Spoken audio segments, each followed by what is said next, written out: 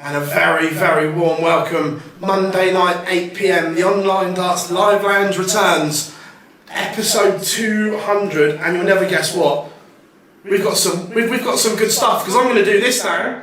We are all in the same room, boys. Welcome along, everyone. Isn't it fun? Oh, cool. We have to live so far. We could do this more often. It's the opposite end of the country. It is probably my fault that this hasn't happened either before or more often than it does. It's fun though, isn't it? Yeah. Look at this. Once we're all set up.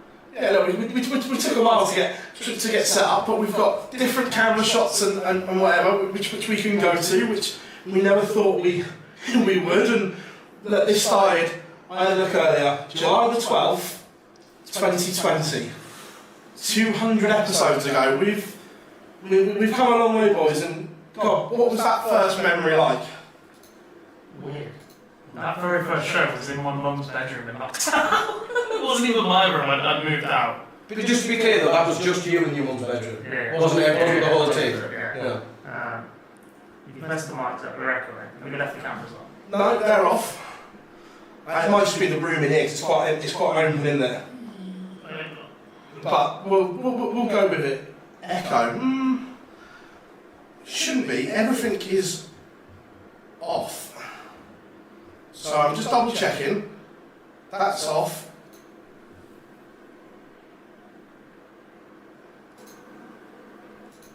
Definitely off. It's not me, is it? Yeah, no, we're definitely, everything's definitely off. So we haven't changed anything from the little test stream that we did. Strange. Barely hear you guys. Let me just put a bit more audio up then.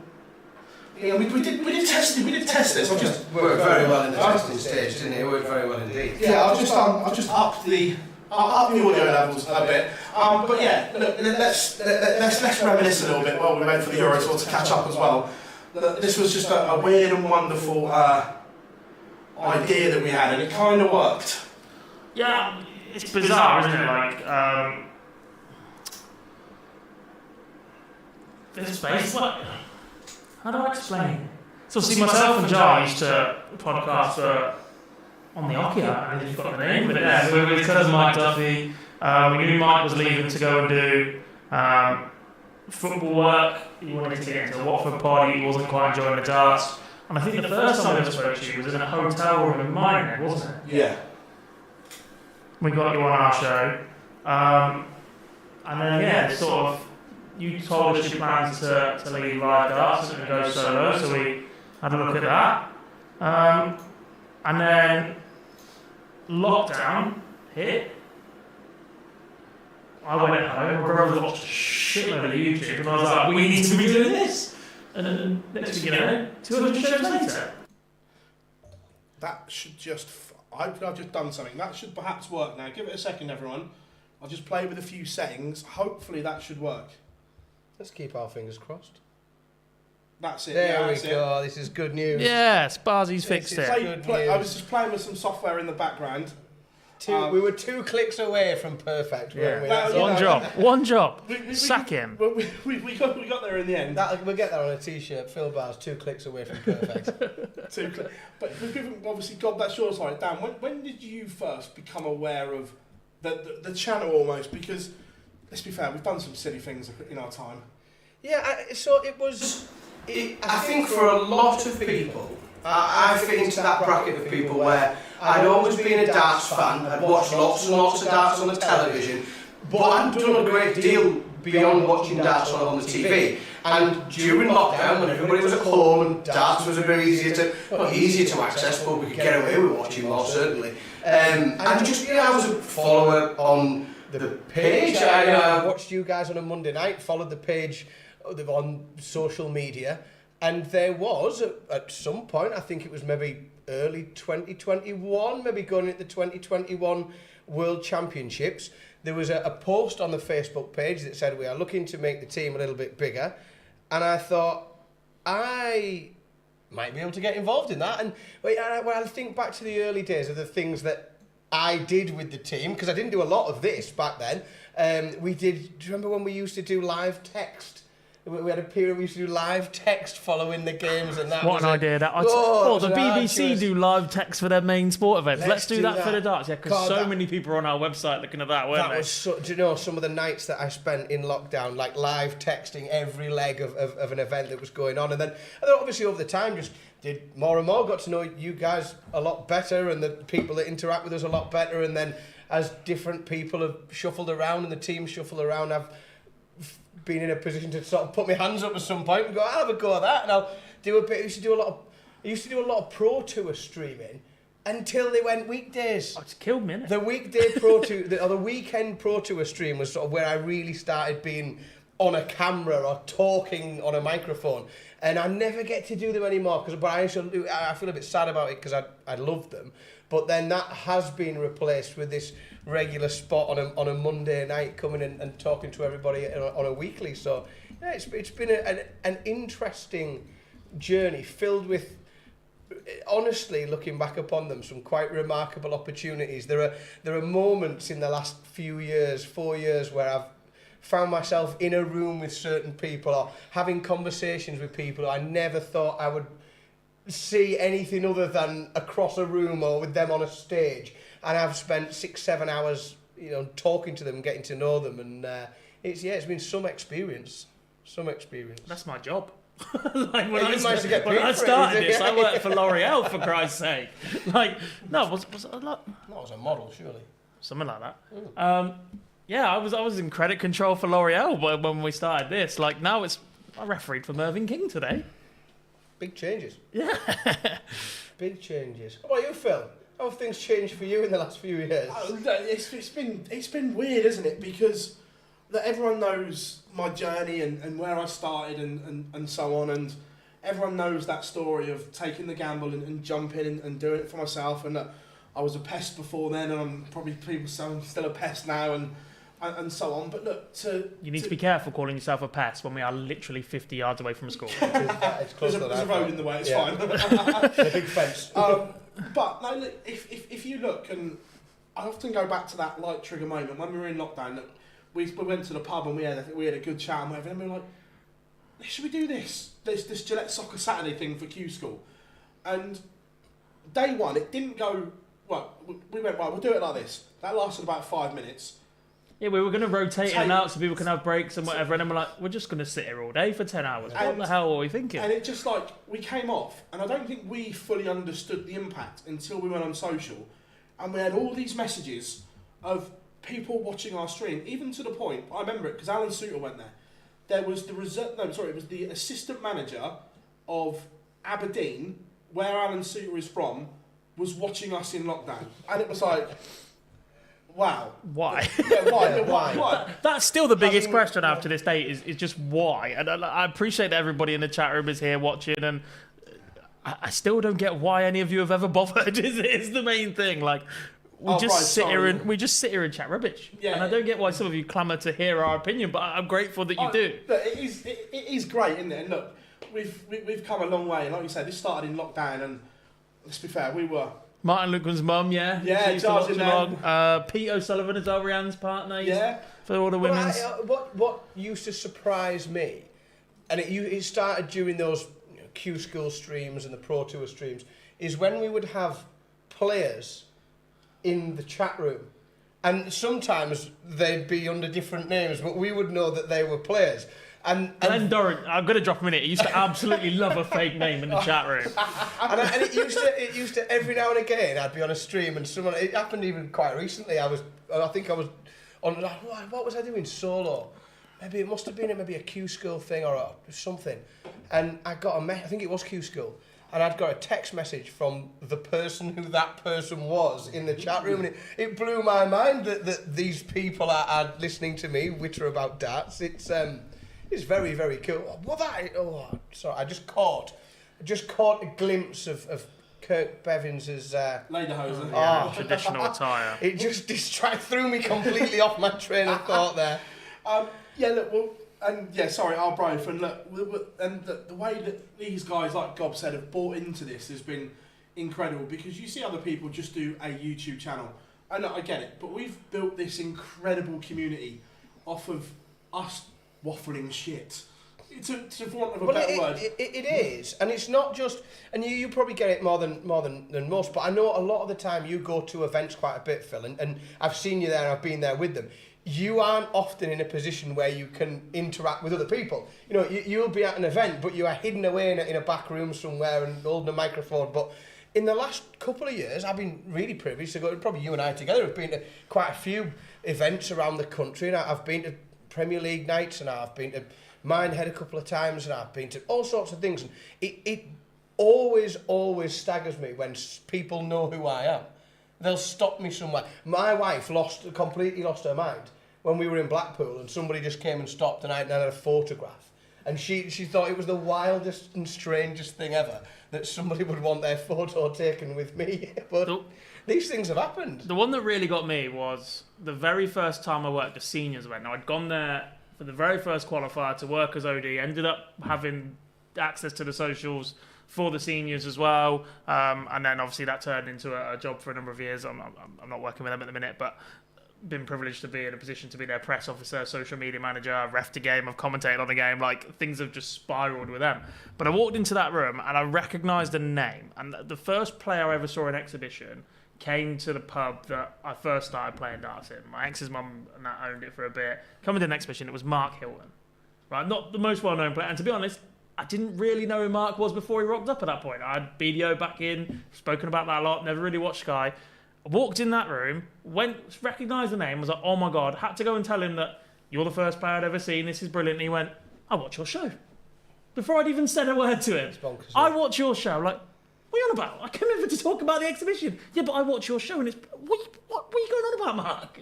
It's completely That's not what I'm here for. Matt, the weirdest one for me, and I remember it vividly, was when, I think it was either 2021 or 22 when the World Series came back. I can't remember which one it was, but it might have been 2022 when the World Series came back, and it clashed with the Women's Series. And Fallon was in... She basically had to pick... Well, she didn't She's have coming a up choice. from Australia. She was coming up, New Zealand. She didn't have a choice. She had to play in the World Series. And it was the first weekend that Bo had played, because it was in Germany. Yeah. And obviously, Bo cleaned the board and whatever. And bearing in mind, Fallon and MVG were watching our stream while however many thousand feet in the air. Because she messaged me, because obviously they had pod sheets and they had Wi-Fi. And she wanted to know what the damage was. And it was like, wow. Yeah, it is. It is humbling in a way, and you know, we do get to meet people. And I say, in lots of ways, it's humbling because we meet people who are people from the telly, and they express generally very positive views and opinions on what they see and what they enjoy about it. But yeah, I think it's even more special when it's people that just enjoy darts, and they've enjoyed watching darts through us, or more because of through us, and they've picked up different things, and perhaps they wouldn't have watched the seniors, but they've seen us do the draw for it, and then they've watched the seniors, and they've got further into darts because they've interacted with us, and that's very cool. It's very special as well. Yeah, look, let's jump into the chat room because there's loads of you. I tell you what, it's rammed, and thank you very much, as always. Anthony, of course, again, he's contributed to the channel as well. James, Malachi, Chris, Paul is in. Thank you very much. Adam, Kayleigh, Shelton. Sorry, it's rammed. Rob, yeah, I never got the message about the overshirt, Rob. They must have forgot. There must be a separate WhatsApp chat going on that you two went for the over. Westlife never wore the same outfit, did they? Let's be honest. No. You've got to mix it up a little bit. Yeah, Gary Barlow always dresses different to the rest to take that, doesn't he? That's well, you know, Red Viking is in. Warren, how are we doing? Richard, Kieran, I tell you what, it is rammed. Great showman, Brad, Kev. Yeah, we've now got the audio sorted. Look, we're not too bad for our first attempt at it. Adventure Hog is in. I tell you what, it is absolutely rammed. There's a couple of good questions in there which we'll talk about in a minute. We'll keep an eye on the Euro Tour at the moment. And look, MVG, last week we sat here and we thoroughly dissected MVG's issues. And look, they were still evident on the Pro Tour and the Premier League. And all of a sudden, he's rocked up at the Euro Tour. He's at a 9. He's possibly Oh, I'm about to say, we might see if he hit first, but he's leading Josh Rock in the semi-final. He's gone back to the exact dart, and look, I'm not saying it's fixed, but what a difference a week makes. We're going to see this a lot with Van Gerwen, and we've seen this a lot with Van Gerwen for the last 2-3 years. I don't want to sit here and say I called this demise, but I kind of did. That was one of the... We've had many an argument about this, even 2-3 years ago, where I sat there and gone, he's in trouble. Even when... Look, this is how long ago we've been talking about this. Jar was still the main guest, main third on the show. We've obviously had Lee on the show for a long, long time. Now Dan's been here for God knows how many episodes as well. That's how long this Van Gerwen decline has been on the cards for me. And we're going to see good patches because he's now got one of those actions that when everything's on it, it's going to be very good. But when it's off, he's going to be abysmal. And even still, the fact he's 2-1 up here, he's had a 9, he's averaged over 100 in a couple of games. What's going to come next is an 86 average at some point. Yeah. And he never used to have that drop-off. He never used to have that B game where... Well, lack of B game, to be honest. His B game was always mid-90s. His A game was untouchable. If he got anywhere near either, you were in a world of trouble. What he has lost is it's not so much that he's lost that very, very high end of his game, because we do see windows where that comes back. He's lost the consistency and being able to do that regularly. And the problem in terms of the lack of consistency is sometimes when we see players lose consistency, we see them lose it perhaps over the course of a tournament or even over the course of a weekend. But what we often now even see with him is he can't, or he struggles to maintain that through a very small period, through a day. And that's where I think we're going to just see, I think, bigger and wider peaks and troughs within what he's able to produce and how far he's able to go in tournaments. We do know, though, that he's just not had a double from 76. And that's where I mean that after 18 darts in this leg as well. That is right. That is prime what we're talking about right now. He is still exceptional as a dart player, and he will remain that way when his A game is on there. But it just isn't appearing often enough. The action's gone very, very slingy. And the problem with Michael is, and you're going to see this a lot, and if you look at players that have fallen off or had that decline in the past couple of years, your A.D. Lewis, your Glenn Durrant as well, when you're on the way down and you hit that good purple patch, it doesn't take a lot to derail it again. Right? When you're on the up, if you have a bad dip, it's quite easy to get over, because the next time you go, have a decent performance, play all right, you're confident that actually things are going well, it's fine. When you're thinking about your game as often as Michael is, about the issues that Michael's having with his throw and action, one bad visit is enough to completely derail a performance, because there's so much into that action. The slightest thing off of it, you start overthinking about, right, what have I done wrong with that visit? Start trying to correct things on the fly, and if that doesn't happen straight away, performances can just unravel and leave you like it for a couple of weeks again. Well, he missed double tops for 3-0, and almost within you saying that, he's now 2-all. And all of a sudden, he could have had this game dead and buried. And that's where that lack of consistency, not over a tournament or not over a period of weeks, but in-game, is starting to creep in a bit more. Yeah, look, 100%. And look, we are going to keep you up to date with the Euro Tour. Can we keep them up to date with the football as well? Is it that bad? Oh, it's They've bad. already scored 3, but one of them's been ruled out. Notice how Phil did not have to ask 5th which minute, team. 10th minute ruled out, and then 16th minute goal. When you said they've literally scored a goal every 5 minutes. When you said they've already scored 3, he did not need to ask who. He didn't need to ask which team has scored 3 times already. They've scored 3 times in every 5 minutes. As well, I know he's in the chat room. Will is in the chat room from USA Darts. Massive thank you to Will, because I've pecked his brain and head relentlessly for the last 2 weeks. And then clearly ignored what he said about audio because he messed it up at the start. But thank you, Will. Will, honestly, he's going to do some work with us in New York again as well. For us. Us. We don't get the invite. Us. Yeah. Let's see how it is. Are you flying business class? I've absolutely pecked his head something rotten about setting everything up, switching softwares, which I was a bit nervous about because I knew the old software like the back of my head, but look, this software is incredible and we're doing some really, really good bits. But going back to, obviously, where darts was when we first started this to where we are now is ridiculous. Look, darts has always been popular, but 200 episodes in 4.5 years, the way the landscape has changed is like, it's almost unrecognisable. Yeah, I mean, the biggest worries we used to have was what's Gerwen Price writing on his Instagram. It's still a hotly debated topic sometimes. We just don't worry about it anymore. Yeah. Like, oh God, he's done it again. It'll be deleted in 25 minutes. The last one lasted 46, conveniently.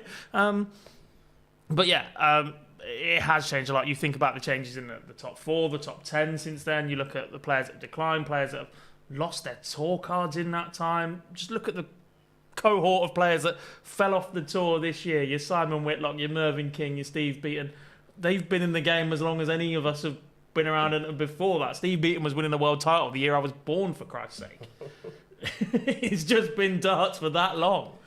I think it's outside the game as well. Obviously, it's easy to look, and we can look at orders of merit and who's won this and who's won this amount of money and who's ranked where in the world. But I think darts in general it's in such a different place, and I've noticed just in the last probably 3 years or so that, like, yes, you used to get people who'd go to a Premier League night and they would show a casual interest in darts, but even just people who know that I am either involved in darts or know a bit about darts, the amount of people now that are willing to have a chat about it, or what's interesting is people will ask me about it and then offer something back. You know, bizarrely, people I haven't expected. I spoke to my auntie over Christmas.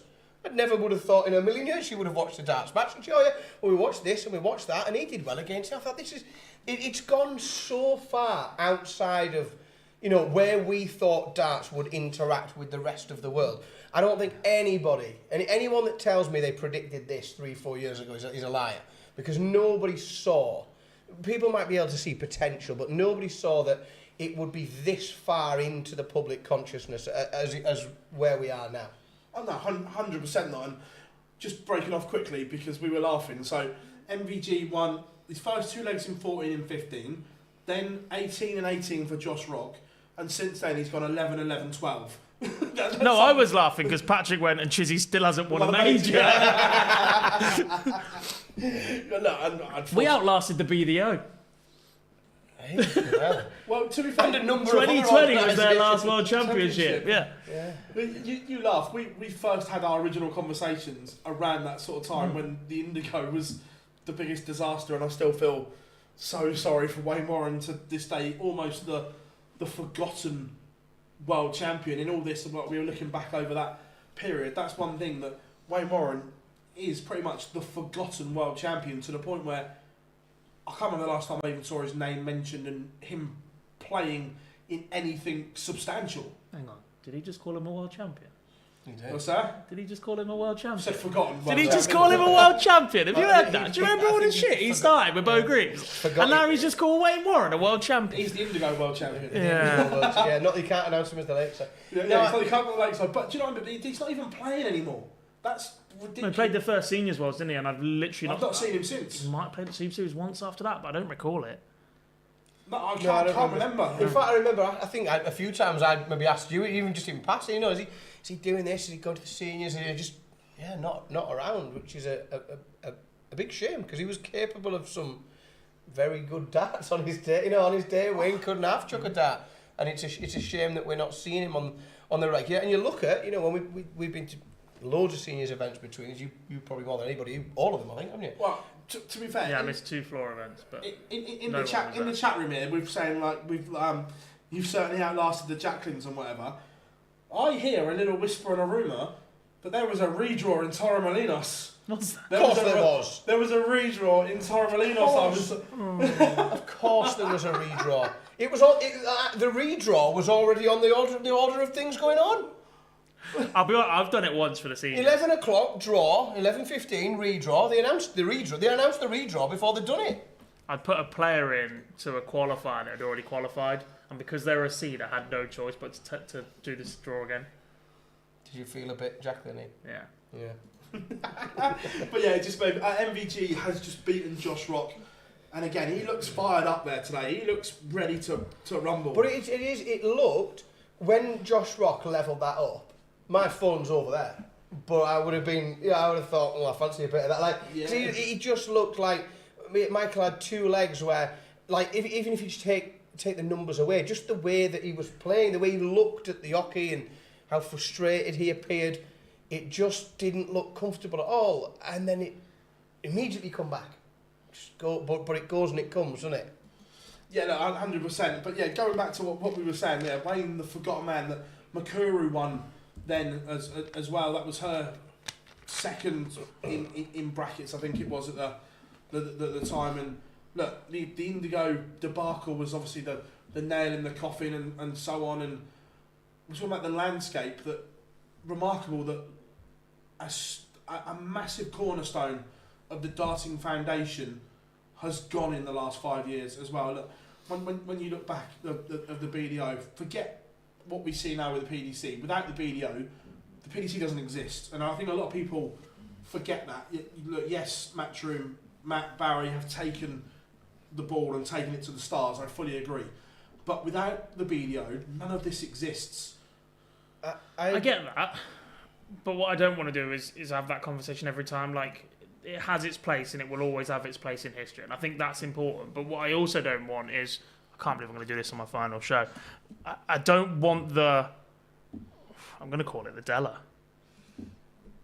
Everybody owes us this, we did this, we were the breakaway, the new generation should walk around and kiss our feet, basically. That shouldn't be a thing either. Like, it's got its place in history, should be acknowledged for what it's done, but also it shouldn't be, oh my god, it was amazing. I'm not saying that, it's the be all and end all. The fact it no longer exists in such an important part of the history of the sport, and I fully agree with you that it is the history that, don't get me wrong, in the modern era, it means nothing. Yeah. From a certain point in time, it doesn't have any value, in my opinion. And this is the question, or not a question, but the observation I have is, at what point do you start to grieve that organisation? Because certainly the last few years of its existence, it bore very, very little resemblance to the bit that people look back. You know, when people look back and they say, oh God, it's awful, they're not thinking of that bit. Like, they're remembering even, 98, 99, Barney going back to back, we don't mention 2000, but there was a point where that organisation stopped being the organisation that people are feeling sad about and grieving, and the organisation at the end was a very, very different one. And I think what people hold on to and now look and say, oh yeah, now it no longer exists, it had long since gone, and it had gone some time before that. Yeah, it just wasn't the same, was it? No, 100%. But obviously, when we move through this period of 5 years that we've looked at, and look, all eyes are obviously on one incredibly talented young man at the moment from what he's done. But aside from Luke, because we all know what he's done over this last 5 years for you two.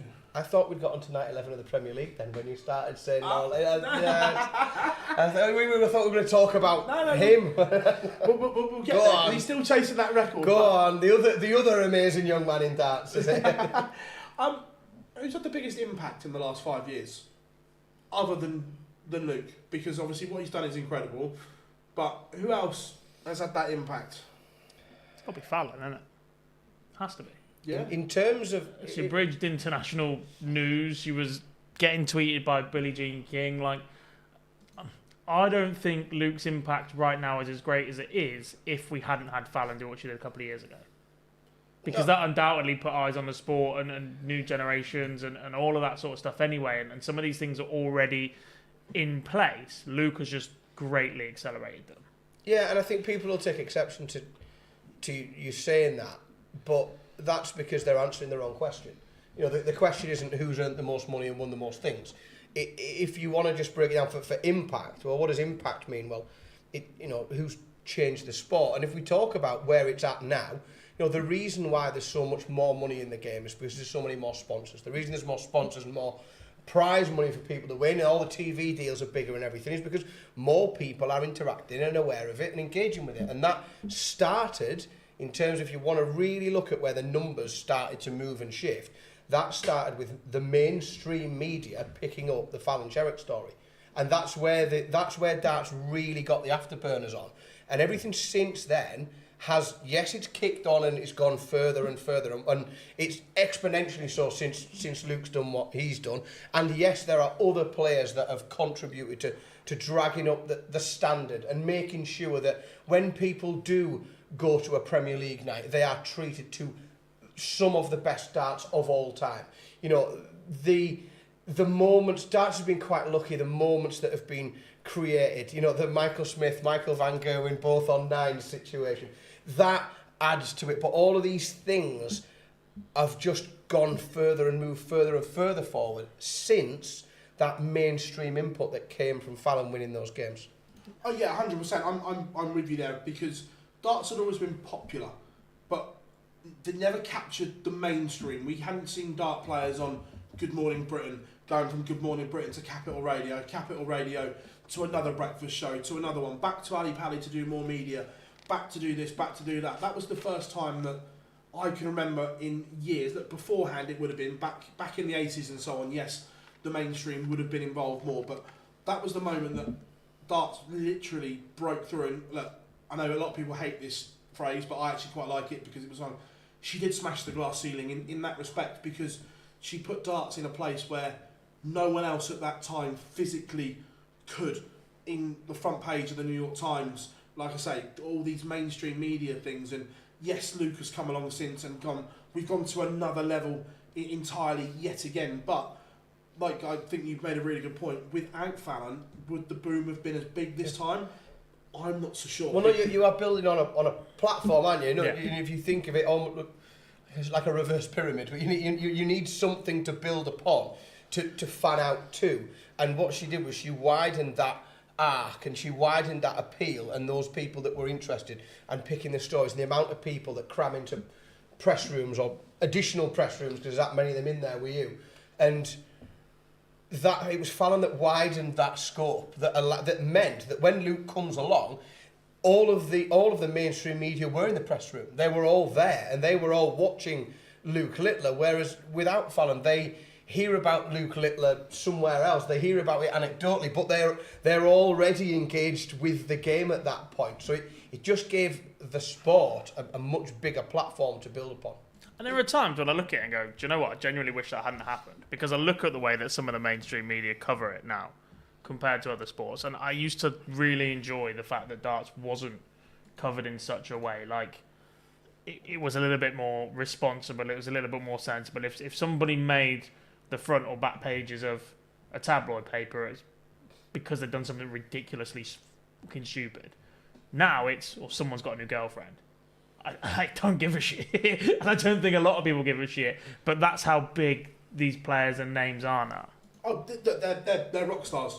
Yeah. No, yeah. 100%. And well, not necessarily. They're modern celebrities, because like rock stars got away with a shitload, and I don't think anybody gets away with anything these days because of the social media age, where every Tom, Dick, and Harry's got a camera phone, and you can't do anything in public. Like, I don't feel sorry for them, because they're earning a good living, doing what they enjoy, lots of money, etc. But there is an element of that, at what cost, and how far down the line do they realise that that's the cost of what they've been doing? Van Gogh was quite open when he first started, said he only wanted to play to the age of 30, and that he wanted to swan off. He's not quite done that, but you can understand why he went in with that approach. Kyle Anderson used to tell me he was playing until he could afford a house, and that was it. That's all he wanted from the sport, and then he was going back home to be comfortable. Yeah. And Paul, great comment, he says, you boys didn't think that when Andrew Gilding won a major. Look, let's go to Rotterdam from here. We'll talk darts. We'll come or back anywhere. We'll come back to How they're not going to Rome these the memories. week after is beyond me. Rotterdam back to back with Liverpool. They're not doing a fucking Rome stop afterwards. No, Somebody's ballsed up in the marketing department. To be fair, Chili says, loving the show, thank you very much. Big Johnny is in as always. Look, before we get to the darts, we did a bit of media with MVG on the Wednesday, and he was very, very critical of Rotterdam last year in terms of the draft there. And it is one of the worst because of the way the venue is designed and so on. And he said, look, the PDC are trying this year to try and combat it. It didn't work. Fucking failed miserably. I was going to say, let's be honest. We put a lot of fans in. it didn't work, and everyone, even the nightly winner, Chris Dobie said, was it bad? Yes, it was. And so at what point, as a venue, is Rotterdam not fit? No. No. It has to go. It absolutely has to go. I'm getting to that. I'm coming to that because if you were a cricket pitch and it wasn't fit for purpose, you get stop points. You're not allowed to host test games a lot. Yeah. Football pitches, you wouldn't be allowed to. If a golf course wasn't up for scratch, you wouldn't be there. Now, this isn't a one-off. This is 4 or 5 years on the bounce that venue has not been fit for purpose and stopping elite performers performing to their best, to the point where everyone overthought it, apart from Chris Dobie. He went up with his normal set. Luke Littler took a set of 26-gram darts. I mean, he didn't fail badly in the first game, did he? He played fucking unbelievable. But he took a set of 26-gram darts, 3 grams heavier. Stephen Bunting had a set of 23-gram darts in his case. This man used to throw 12-gram darts. And He's nearly doubled the set just to come back. At a time, isn't it? That's 5 grams heavier. Gezi tried to get a set of 25-gram darts delivered, but couldn't in time. To the point where they're overthinking this now. I'm not sure they are, because Gezi, as much as I criticise that man's Instagram story and his lack of a publicist, the one thing he got absolutely bang on was it is not right and it's not the same for all the players. Different throws are affected by it differently. Luke Littler already throws quite hard. He changes darts a little bit. Dobie's got a fierce enough throw. The likes of Humphreys and Price are the two that are going to be most adversely affected by it. They've got long setups that can be kicked out the back end of it. They float it up a little bit in that sense. Like, it is incredibly difficult for them to play in that arena. And to be honest, it's not a new thing. And this is another area where you have to look at how the PDC go about what they do. Well, I just... The worry is that for a lot of things, and we say this, if anybody complains, it's get over it, we'll invite someone else. If you don't want to be here, we'll do that. If every single one of your top stars is saying this, you have to do something about it. That's the key, is that whenever you've got... And we hear moans, gripes all the time about all sorts of venues. Generally, after people have been beat. Creaky floor, this wasn't right, board wasn't straight, this was wrong, that was wrong. You must hear it all the time, it just don't work. Like, no, because our throw is perfect. Well, like, you can't criticise anything there, but yeah. But you expect to hear that, and you take it with a pinch of salt whenever you hear it. But when you hear it from every player who plays that event, every time that event is played there, you have to start taking note. You have to start listening to it. And again, I think the only reason that it is still there is because it is the event that is in the Netherlands. If it was one venue on the UK circuit, it would have just gone. There's no way they'd have carried on with it. They'd have gone to somewhere else. They'd have took it out and gone to Bolton or something else. That's a bit brave. Wow. Not quite Bolton, but yeah, you get what I'm saying. Like, how many times has Barry said, the Crucible's not fit for purpose, for the snooker, we'll piss off somewhere else and try to put a threat in. If the Ahoy cannot manage to keep those doors shut and just basically play in a fucking wind turbine, then it is not fit for purpose. I know, 100%. Just a quick update from the Euro Tour.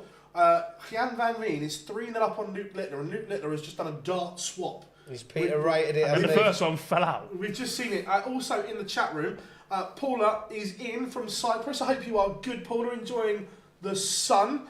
Probably round by the pool or enjoying a nice drink at the moment, but good to have you in. And also, Mrs. Simpson is in the chat room. It's because she got a holiday out of this. She's like, Show 200 has done very well for the Simpson family. Don't forget everybody's that will definitely end up on that desk somewhere. I know what you're like. Yeah, it is. We're playing Cards Against Humanity tomorrow with the kids. The family-friendly version. I might add. I'm not offering the Simpsons the full-on adult version with the boys. That will end badly. Not playing that with the kids, but yeah, we've made a week of our trip to the south coast. It's not just a one-night thing. Welcome to the south of the UK. I'm loving it. Warmer. It's more expensive. It's much warmer. I almost don't need the jacket. It's that warm down here. Katie literally went to Wolverhampton the other day. She came back and she's watching now as well, so hello. She was like, I forgot I never realised how much colder it actually is enough, and that was the Midlands. She never made it all the way up. Beautiful. Costa del South. I keep telling you all this.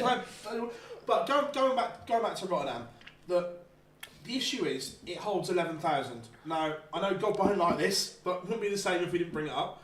Unless they can replicate that capacity, they're not going to move in terms of financial. What's the AFAS hold?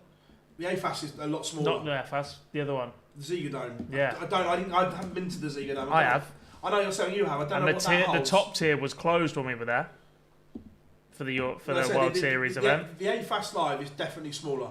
Ziggo Dome, 16 Ziggo grand. Dome, 16,000 That might be an option then. But that's And what just keep one of the tiers closed if you have to, or right at the back. Also, in terms of build date, the Ahoy 1971, Ziggo Dome 2012. So let's assume that it's a much more... It's easy to get to a public transport, better straight on the Wi-Fi. train. There's hotels, there's plenty of hotels around it. You've got the football arena there as well. There's bars and stuff, whatever, to kick people out In into. fact, like, you know, when you have a little scroll down, there, you know, there's a number of different of options, isn't there? But the Ziggo's hosted darts before. Heerenveen's got 12,500 capacity. That looks a lovely arena. What does... where did the WF hold thingy? The Dutch Open. Yeah. I don't think that's... I think that's out in the sticks area. I might be wrong with this, but I don't think it's... Isn't that a venue that... Oh, no, it's not that venue that had loads of company. No, I don't think it's near... Assen, yeah. I don't think it's a major city. But look, I said it because I did the Fallout Bar on Thursday, and I'll say it again. It is the most overrated Premier League on the calendar. Well, I'm going out of a bang, by the way, and Dan's not going to like this one, but it's convenient how there's a certain message on the back of tickets that gets completely fucking ignored whenever we're in Newcastle and Dobie's around, and we're in Amsterdam. That's not in the but that's not for the crowd though in Newcastle, is it? You don't have people in the crowd in Newcastle shirts, do you? But it says no football colours. There's definitely people in black and white that are trying to blend in. When you get them fucking flags out, it's a tenuous link that, innit? Because people wear black and white just generally. I'm not having that. No, sorry. You can dig at the Dutch if you want. Flags. You can have the because people don't generally. I don't know. Maybe it's a Dutch thing. People don't generally go out and about in bright orange shirts, do they? They might do in wherever you're from, but they don't in Teesside. But look, for me, you got bright orange skin, big tan, but definitely not shirts. For me, it is completely the most overrated Premier League out of the whole 16. Yeah. I just don't get it. The highlight was Dirk in a Barney shirt. Enjoyed that. That was probably the highlight for me. The rule is they're not allowed to drink in the crowd in their own playing shirts. So I presume if you just swap shirts with each other, you can't get fun. That's a proper good idea. That, just switch shirts. I'm gonna let people know that on a Saturday at our place. Like, if you haven't bought a shirt, just swap. Yeah, just swap shirts. Just find someone that's already been knocked out that's the same size as you within the six. I'll tell you what. Before we go on. News update, Littler has turned into Nasty Littler, and he's reeled off 3 legs on a row and is now level. He was on a 9. Also, Boise is in the chat room. Good to have you in, buddy. Again, like you say, mate, you played a big part in this 200, mate, so always welcome back, you know that. Well, bro. But good to have you in. Safe to say that at least you're worse than us at football. Just. Yeah. To be fair, him and Jarlath are taking the heat off you this year somewhat. 100%. You are no longer the whipping boy in the group chat. I'm fully happy that all eyes are... you are below them by a point. Yeah, but they're worse than us. I wouldn't go that far now. You're below them by a point. What's the score? And neither of you are set for. You're lucky the bottom 3 are so bad because 40 points is relegation. But let's go to Rotterdam, and again, I love the little Dobie mind games as well before a dart was even thrown in his pre-match media, where he was like, yeah, Luke doesn't like playing here, his darts don't fly right, I'll take advantage of that. Seed planted. He wasn't wrong, though. He wasn't wrong, was he? You know, he got it there. You know, and I don't know whether it is, you know, his darts, he does drill them pretty hard and pretty straight. You know, the way that he throws a dart is fairly robust to those sorts of conditions. And that proved to be the case. I'm not sure that there's a 10-point, you can put a 10-point swing in averages exclusively down to a draft. You know, I think he turned up and he outplayed Luke, and he did a good job doing it. The funniest bit was, we didn't see it this year, but last year when the draft was there as well, we had one shot, and it was a great camera shot from everyone. It was behind the shoulder, but they timed it wrong, because you saw it leave Luke's hand, and it was going like this, and you saw the wind curve it like this. Funny enough, we didn't see that shot for the rest of the night. No, we're not going to cut back to that one. But it was an unbelievable shot, and it couldn't have emphasised the drift. any better. Then again, Gerwen Price beaten quite comfortably by Nathan Aspinall, but you thought that, look, we all know that Nathan has got a bit of a shoulder issue, which is, he's openly said, it's nothing to do with anything else. I've done it playing. You could see that he put everything into that one game because he knew how big it was in the context of the chase for the O2. He emptied the tank in that one game. He's at that stage now, and we are getting into, we'll call it the business end of this year's cycle, and he is now able, unlike the two finalists from this night, where he can look at those opening games and he can look at who they're against and they're his rivals, and he can say, well, if I just get through that one game, I am one step closer. Those are the games that are going to get him there. Getting through the first round against, up until tonight, Derby, Bunting, they're not making a big difference in that league because others are picking points up as well. So he's picked the right game there to empty the tank if that's what he's done. And he looked impressive doing so, but then couldn't carry that through into the next game. Yeah, and look, I'm sure we'll see more. I still think they both. Well, I thought that until we've seen an MVG resurgence here, but we'll come on to that later on. Again, Bunting beat MVG, and this was a remarkable game, God, because in the end it ended up going to a last leg decider. How? I've got no idea, because Stephen Bunting completely outplayed Michael van Gerwen in this game, but almost ended up throwing it away. Twofold, isn't it? One, the crowd started going a little bit. You weren't sure if they were whistling or if the doors were just open at the wrong angle slightly. And two, he's just not that used to winning at the moment. His head-to-head against Michael isn't great as it is. I think of all the players within that, he still does hold that little bit of fear factor for Stephen because he's done him in so many past events. But obviously, it's not been the best Premier League camp. Well, in terms of level of performance, it's been a very, very good campaign for Stephen Bunting, but every single dart is crucial to him already because he's under it so much to get these results and go deep in the tournament. And look, all 8 players are still in the hunt for me. Well, we'll come on to the league table, I suppose, but we talked a few weeks ago, didn't we? And I was pretty solid. I went, the top 4 is the top 4. Like, I didn't even think, never mind people coming from bottom to top, I was fairly set on the fact that the top 4 was the top 4. Not only that, but in that order. And just finish it now, that's where we're ending. And then, I do, as everybody knows, love chaos. And what we saw in terms of a night to just completely open that up was exactly that. Like, that is chaos manifested there. Derby and Bunting in a final, because it just completely pulls everything back together. I still think the top 2 have run away, but those other 6 have just massively compacted all the way. I agree with the top 2 to an extent. I think there's still an element of Humphreys will want to put a couple more on the board quickly, just to stop looking over his shoulder and be right, that's it, confirmed 100%. But we are potentially 2 weeks away from a completely different outlook to the rest of this Premier League campaign. And I, like, everybody knows about how much I'm a fan of Chris Dobie and predict him to win constantly. But even me, if somebody had have said a few weeks ago that we'd be sat here with let's be honest, plenty still to play for, plenty of points to still put on the board, but be 3 points off the top 4, 3 points off going to the O2. I would have, even I didn't pick that. Like, even someone who picks it even just for devilment didn't do it. It's working out perfectly. And for those that say that the format's boring and it's all a bit procedural, I think that we may just see things become quite interesting, and some of these games will start to become important each week, because I think it's that tight that we are going to start to see each week people going in and out and up and down of that final 4.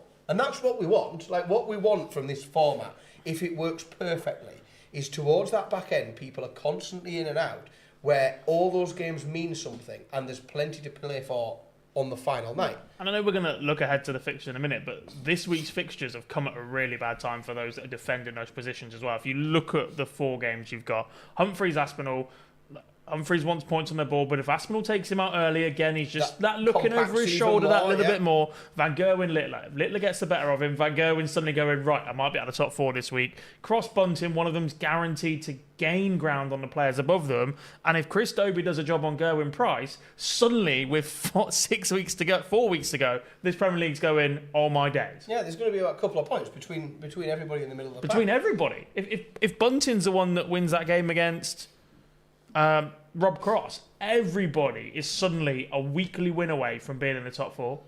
Update, Littler is out. Van Veen has beaten him. And beaten him well Dutch as well. Final. We've got 111 average. Yeah, that is incredible. And the level that Gian has got is just ridiculous. It looked like, I said, we can't watch it too tightly, but it looked like Luke was throwing the kitchen sink at him as well. That he was fighting and clawing and coming back very, very strong. I think Jan's done very, very well to just hold on to that there. Interestingly, of the Final 4, the person who won the title, who's won a title the furthest away from now is Van Gerwen. He's had a longer dry spell than any of the Final 4, so this is actually a massive final for him against Xi'an. 100%. But yeah, going back to the Ahoy, that from the semi-final onwards, Dobie was quite comfortable. Let's be fair, he was comfortable, 6-2 and 6-2. That as far as nightly wins goes, you're not going to get it much easier than that. No, it was, and I think that's what we've seen when his scoring's been, and his scoring's generally good, but we have seen week after week after week of absolute nightmares on doubles for Chris Dobie. He's really struggled to hit doubles, and doubles when the pressure is on. You know, he's hit doubles very comfortably when he's had 6 in hand, or when he's 4 down, or when he's 4 ahead, but he's really struggled to just that clinicalness. And it sometimes it might be a confidence thing. If it is, then this could really change things, because, you know, I think that he's in a very, very comfortable half of the draw for next week in terms of what he could be looking at. You know, he's not going to meet either of the Lukes until the final, so he's got good chances to pick up points and games where he'll be fairly well favoured. If it's a confidence thing on those doubles, then let's hope it's back.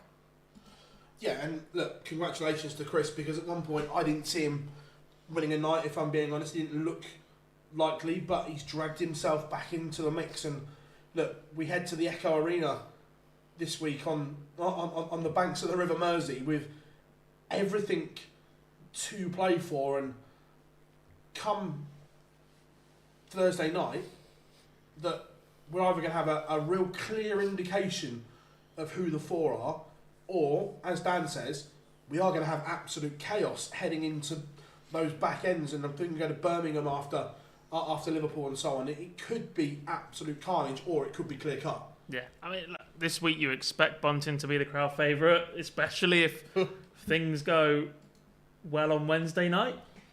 Liverpool might have literally won the title without kicking a ball in the first chance they get together to celebrate. You're beating us, don't worry about that. Yeah, we're beating you, but if Arsenal drop points midweek, we've done it without kicking a ball. Yeah. So you've got that to take into account. I just think, like I said, carnage is about to ensue. I think that, you know, I often manifest chaos, and I don't think I'm going to have to do a lot of manifesting here. No. I think chaos is just underway. I think we're getting closer and closer to it. Oh, look, I don't disagree at all. Let's have a look at the fixtures, because obviously we've probably got that 15-minute gap on the Euro Tour where they play a bit of Celine Dion and so on. And in the air tonight, Phil Collins. It's before the final. Come on, get it right. Oh, we'll have a bit of Celine as well. Yeah. Look, first up, it is Luke Humphries against Nathan Aspinall. I suppose there's a couple of bits on this. One, hopefully Nathan has been managed to get some rehab on that shoulder issue. And Luke's going to be well rested as well, missing the Euro Tour. So I think for me, Humphries may have a little bit too much in terms of a rested Luke Humphries as a dangerous Luke Humphries. Yeah, I'm expecting a lot from Luke Humphries. There's an openness at the top of the game, just that little bit. Hasn't put down the performances that perhaps he would have liked or hoped to this point. We've seen glimpses. We've seen 110 that he put in against Bunting, of course. but I just think he wants that little bit more now, and a week off might just be exactly what he needed. For me, Humphreys 6-3. I like to try and be a bit different, but I can't see anything other than that. Happy. I think it's a combination of, like you say, Phil, that the rested Luke Humphreys, the fact that he hasn't been and played in the Euro Tour, but also I think he's equally dangerous when he's got a point to prove and when he's a bit pissed off, when he's a bit angry. And I think that getting put out in the first round last week without playing well, he wasn't in a big game. It wasn't. I think he'll be a bit knacked about that. I think he'll have something to come and prove. He knows that Nathan's breathing down his neck as well. I think that's the other thing is Luke will be able to motivate himself by just looking at the table, which is why I think it's a comfortable. I don't see anything other than a 6-3, to be honest, which is boring because it's an agreement, but it is what it is. I'm with you that I just think that Luke will have too much in this. That we know Nathan is a battler, and that the way he has turned his season around to get himself in contention. Remember, he's never been to the O2. He's been to Milton Keynes and Coventry for his 2 Premier League finals. So he'll want that passion, that drive to get to, in his eyes, a proper final, Premier League finals night. But I don't think it's going to come this week. And I'm going Luke Humphreys 6-3 as well. Also, Daniel, yes, we are live, and of course, Mr. Duffman is in the chat room. Did we say earlier on about world champions watching? We did, and there we go. To be fair, one day, boys, we will get Neil Duff on a live lounge. Will we fuck? He's only blown us out probably 5 times, You know what we need to do? We need to take all the kit to him. We can pack it up now, can't we? Yeah, we'll bring it to you now. To Switzerland? Yeah, we'll go to Switzerland. We can have a trip. We can have a holiday. Too much chocolate now. This diet's going really well. Do you mind? Let's pack fucking everything up. Toblerone all over the game. Get in the car, go in the Euro tunnel, get a ferry or something. We can do that. Pleasure, Neil. As always, good to have you in, buddy. Game number 2. Michael Van Gerwen against Luke Littler. And if you'd have asked me half an hour or even a couple of days ago, I'd say this is a foregone conclusion. But now all of a sudden it might not be. Yeah, watching that screen out of the corner of my eye for the last hour or two has it skewed me a little bit? No, I don't think it has. Again, I think we talked an awful lot about what we expect to see in Michael's game, which is peaks and troughs. What we appear to be seeing today is a peak, which makes me think that a trough will soon follow. And I also think that Mr. Littler won't be over the moon about the way that came when he won't like getting beat like that. I mean, yes, he'll enjoy being in a big game and big averages, but I think Luke will come back with a vengeance, and I think Michael Van Gerwen will trough at the wrong time. I think it's a 6. I think, in fact, a big one, 6-2 Littler. What are you saying, Job? 6-4 Littler, a little bit tighter. Interesting. I'm going to go, I believe. I think Littler's going to get all barrels off the crowd. He'll do something stupid on the walk-on to turn them again. I'm going MVG 6-4. Yes, it might be, my heart might be overruling my head, but I'm going Van Gerwen. I believe the Green Machine can still do it. Will he go for something rogue, do you think? If he's got some crowd involvement and the crowd are at him, do you think we might see Luke go for something a bit unusual? Yeah. Wouldn't surprise me. MBG Bob has changed his darts. He's gone back to the exact darts, and Neil says always welcome in international. Yeah, let's get on. Let's get to Switzerland. Show 300 in Switzerland. That's how we'll do. To be fair, it'll probably be somewhere else by then. Bottom half of the draw, Rob Cross against Stephen Bunting again. Rob Cross, a man that is very much hit or miss, pigs and troughs. It's either brilliant or it's not very good from Bobby at the moment. There is no middle ground for him whatsoever. Yeah, one of only 2 players to have not won a night. The other one, Michael Van Gerwen, despite the fact that he is where he is in the league phase. Like you said, when Bobby's on it, he's been superb in this Premier League, and he's sort of having the campaign that I thought he would last year, where he was just able to go under the radar. I thought he'd be in contention for that 4th spot. I still think he's got a good chance, but right now I am manifesting chaos, and therefore Stephen Bunting wins his 6-4. I'm not convinced by either of them fully at this stage, especially not against each other. And they're both capable of getting 4. I'm not sure if either one can get 6. Someone will have to, I suppose.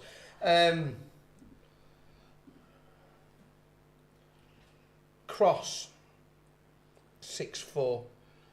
Now, I'm picking up on something Stephen Bunting said, that early on in the Premier League he got over emotional and got drawn in. I think it might be the same in Liverpool because of what it means to him playing in the city, winning in the city, the pressure he's going to put on himself. I think he may put too much on himself. So, given that, I'm going for a Rob Cross win just because I think Bunting the pressure to over-deliver for those fans. So I'm going to go 6-3 Cross. Crazy Dog said, any chance of Van Veen qualifying for the World Cup instead of Noppert? I don't think so. I don't think he can reach him, if I'm being honest. Excuse me. Yeah, no, Noppert's too far in front. Yeah. 35 if he wins this final. Is it? Maybe. In the World Cup race. It's 53 before this event. Well, no, it's 53 as it stands now. Another 18 grand if he wins it. So that's 388 to 423. It's 35. It's mathematically impossible.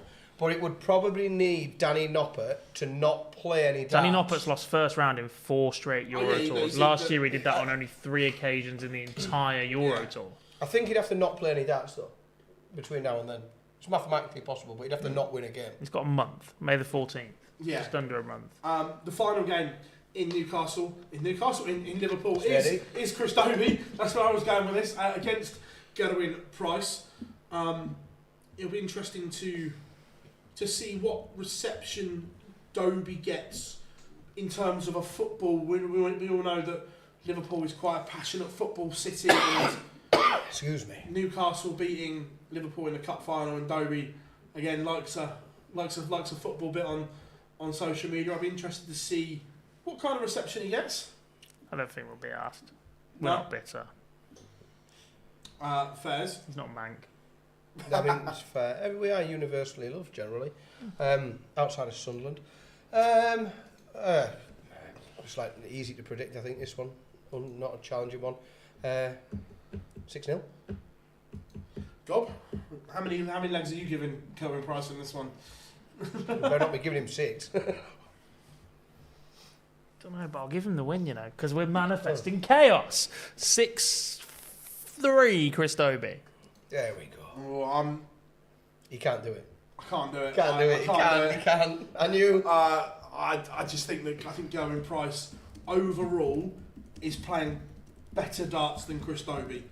Look, I know Dobey won. He played well in Rotterdam. I'm not saying he didn't, but overall, who is more likely to win a game of darts at the moment? For me, it's Gerwen Price. It's taken brilliant performances to beat him at the moment. Look, Chris Dobey might produce one of those brilliant performances, but I'm going to go 6-4 to Gerwen Price. So, based off of your predictions and chat room, I would like to see what chaos are you manifesting, who wins in Liverpool, and who do they beat in the final?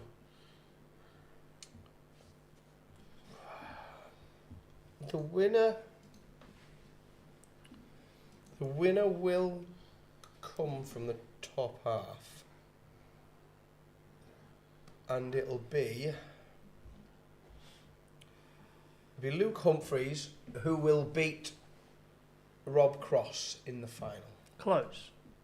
Humphries will win, but he'll beat Stephen Bunting in the final. Interesting.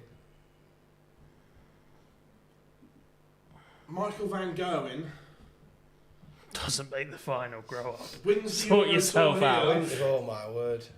And then he goes on to make the final against Gerwen Price, and he beats him. It's a delightful week for Michael van Gerwen. He wins a night and creates chaos in that race. Big week as well. If that can happen, if he can do that, that is a big week in the game at this part of the year for Michael van Gerwen. If he can win this next game here and win the night on Thursday, I mean, he'll shut all of us up for a start, because we probably won't spend half an hour of next week's show saying, is it all going to shit? Because clearly it won't be.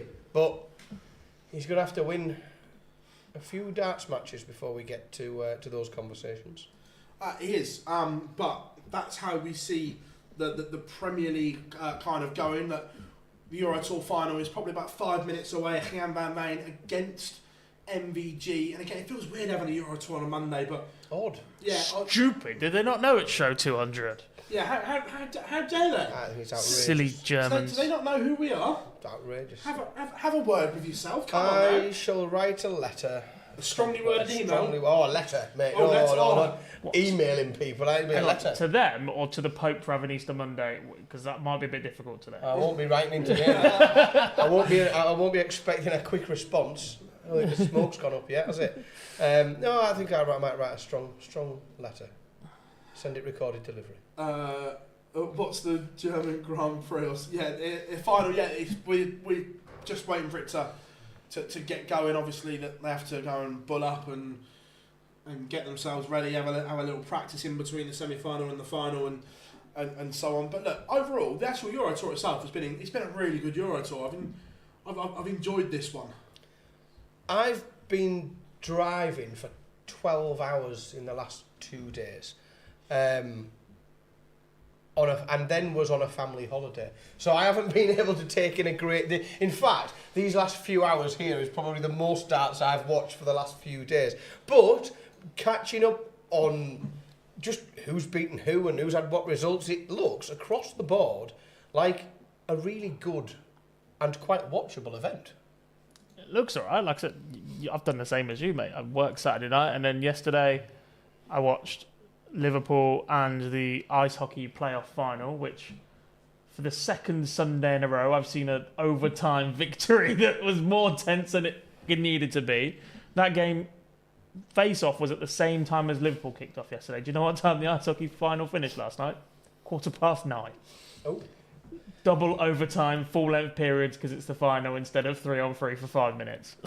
There's a few names though deep in that tournament that just the quarterfinal. I think the quarterfinal lineup is quite interesting, because whenever you see Peter Wright in something that, no matter what the tournament is, even Pro Tour event, you see Peter Wright in the bracket that says quarterfinal, that's of interest, because we don't see a huge amount of that these days. We used to see it virtually constantly, but it draws the eyes to that.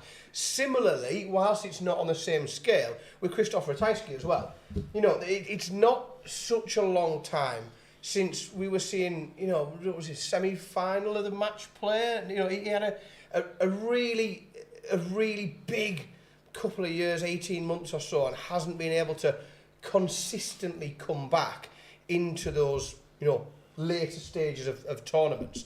And the other one to pick out as well, because he's not the obvious one, is another solid, good, deep run from Ryan Joyce, which we're always going to be happy about up in the northeast. Only if you pack a shirt, though. Correct. That will have been an error. And his shirts are so unique as well, it's difficult you can't go and pick something similar up from the shop either, can you? Can you not go to your local German version of Primark and ask for a Tetris shirt? Have you got anything with Tetris? I'm not convinced that you couldn't get a Tetris themed t-shirt on Amazon Prime next day, delivered to the, It's Easter, they're all off. Is there not an Amazon? Of course they're not. Amazon never off you. There must be an Amazon locker near the Ahoy. Where do you think these arms came from? He only ordered them Friday. No, but that is, for the bigger players, it's not a problem, is it? If we manage to get internet cables to Moscow through Amazon, he can get a Tetris shirt. See, that is though. Don't talk about that anymore. It's a problem. No, but Boris was allowed to play then. He's not been out, not geographically banned. It's a problem only the lower ranked players will have, because if you are high enough up the rankings and can merchandise yourself in such a way, I can get a Luke Littler shirt like to an Amazon locker in the middle of the New Forest tomorrow. I can do, but what would have been hilarious is watching Ryan Joyce play in a Luke Littler shirt off the merch stand. Yeah, well, you see, I think that should happen more. You know, when people have forgotten their shirt or haven't got... So well, at least I it's want not like to it used see- to be in PE where you do it in your vest and pants. That's not a sign we want to see. Yeah, or lost property or something. You know, like, this is one that someone left 5 or 6 years ago. We kept hold of it. We've got it in the back. That's what we could have had. We were talking about this today. Now, Josh Rock has had another explosive tournament. We've seen huge averages from him, and he's developing into this box office player. On the tour card race, he's provisionally world number 8. Now, if he carries on this trajectory and has a blockbuster year on TV, I'm not saying he has to win an event, but if he gets to a number of quarterfinals, maybe a semi-final or better, is he playing himself into the roadshow contention? Because, let's be fair, he ticks all these boxes. Young, exciting to watch, pacey, gives it some. Is he playing his way into contention for next year's travelling roadshow? He's putting his name in the hat, but unless he picks up a pot, then that's all he will be doing. He'll just be putting his name in the conversation. And other players will be able to stake, or they'll think that they're able to stake a bigger claim. Because there is still a perception that if you are holding a pot and you are looking to get a spot, you almost have a, you know, we don't have to talk about you getting in, we have to talk about it if you don't get in. That's the talking point. If you're carrying a trophy in your hands and you don't get in, then you're up against it and you're going to be struggling. But I don't know. If he wins a pot, I think he's in. I think he's straight in if he wins a pot. Gob, you have him in? Or is he close? Close. Not yet. Even if he wins something. Depends what he wins. I think, so my view is outside of anything with a trophy, I think any TV title gets him in. Because, like Phil says, I think he ticks all of the other boxes. I think he's everything else that they want or could want from a player in the Premier League. So I just think if he can get his hands on a trophy, then he's in. We've got an Instagram story. And it's not from a Welshman. Oh.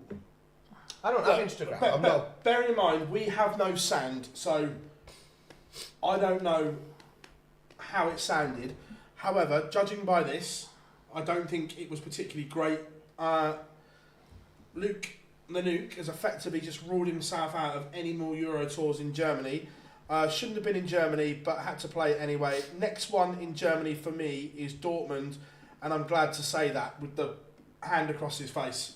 So effectively, he's just ruled himself out of any Euro tour in Germany. and I'm guessing, chat room, you can let us know, was the whistling and so on really bad or not? But they won't have our audio on either because they're listening to us. Everyone in DARTS is watching the Euro Tour on mute, with us on a side screen. Good point. Most of the crowd, I think, are as well. The jeering, just right. I think we haven't got the sound on, so we just, I think, but we've just gone with what's been put. How long before that story's deleted? Gerwen Price has lasted 46 minutes. Higher or lower? Are we going to higher or lower? Higher or lower? Higher or lower? Lower than 40. Look, I'll go lower than 46. I'll go lower than 46. That's a brilliant new game. We can have that straight into the WhatsApp group. Higher or lower, every time someone gets a status, we know it's going to be deleted. Every time there's a WhatsApp, we're going higher or we're going that's lower? It. Yeah, 100%. I'm gonna start a book on that. But yeah, we see, going back to Josh Rock, the fact that he's playing himself into these situations, that he's world number 8 without a TV title and so on. He's almost doing a Johnny Clayton on us. So it was interesting. Another talking point this week, which came up, we've got the next round of World Series picks. Now, if you're Chris Dobie, are you a little bit pissed off? Now, 7 out of the 8, I think, are in the mall, and Dobie's only got one of those 3 missing New York. When you're picking the rest of them, rotating like that, is that a little bit annoying? And will he be annoyed?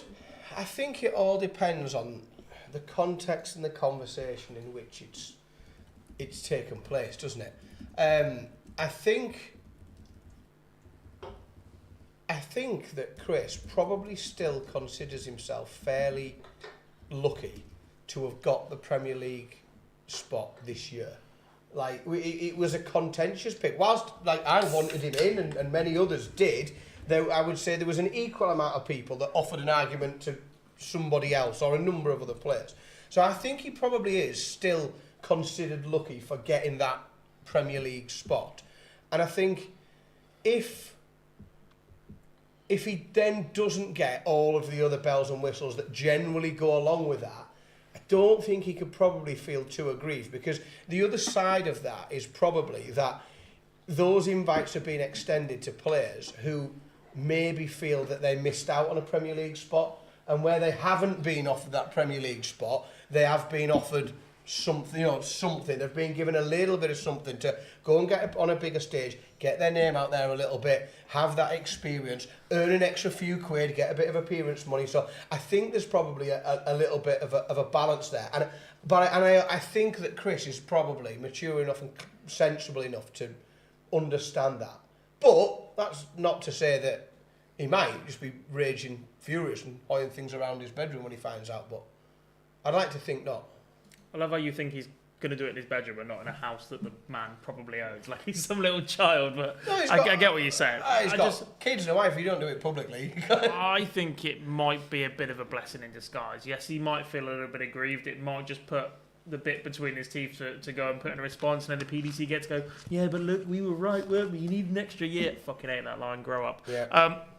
But when you look at how draining a Premier League campaign can be, and how all the other big boys are going on about needing breaks and managing their schedule, etc., not having to do stupid long-haul flights to Australia. Not that Australia's stupid, but you get what I'm saying. Like, he's taken that travel element out to the 2 furthest travelling World Series events that there are in Down Under and America. He gets that time at home, he gets to rest, he gets to reset. He's still got to chase things like the Pro Tour and the Euro Tour because his ranking isn't quite as good as everybody else that's already in there as well. And we do get to see that rotation that we've been asking for a long, long time now. The World Series, for me, and for I think all 3 of us, is the event that they should be rotating. And I'd like to see a little bit more rotation, if I'm being honest, not just the one player. And I think that's where Dobie will have an issue, if any, is that he is the only one that has been rotated. But it is nice to see rotation. And that's my issue, that I am all for rotation and I want to see more of it. And that's my argument, is there hasn't been enough. Am I pleased Damon Heta has got a call? Absolutely. But for me, you don't need to send all the big boys. For me, you split it off in 4. You have 4 of them. You 4 are going to here and here. Yeah. And we're going to send these 4. I'm just going to pick 4 names here. So, right, for New York, we are going to send Michael van Gerwen, Gerwen Price, Luke Littler and Luke Humphreys. And alongside them, we're going to send Josh Rock, Damon Heta, Ryan Searle and Danny Noppert. I just randomly picked 4 names. Names at the top end, I want to see that rotation more. I don't think you need all the big boys. And I fully understand that the fans in Australia, America want to see them, but by doing this, for me, you're not developing the next wave of talent.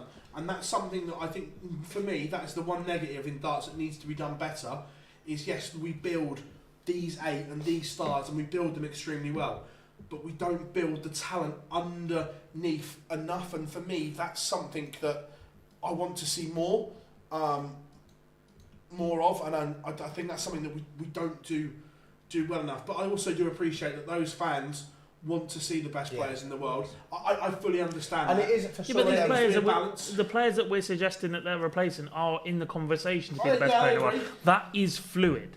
What I'd love to see is, like you said, 4 players picked for every World Series event. These are the flag bearers, these are the other guys, and everybody else you can rotate, even if they do 2 events each.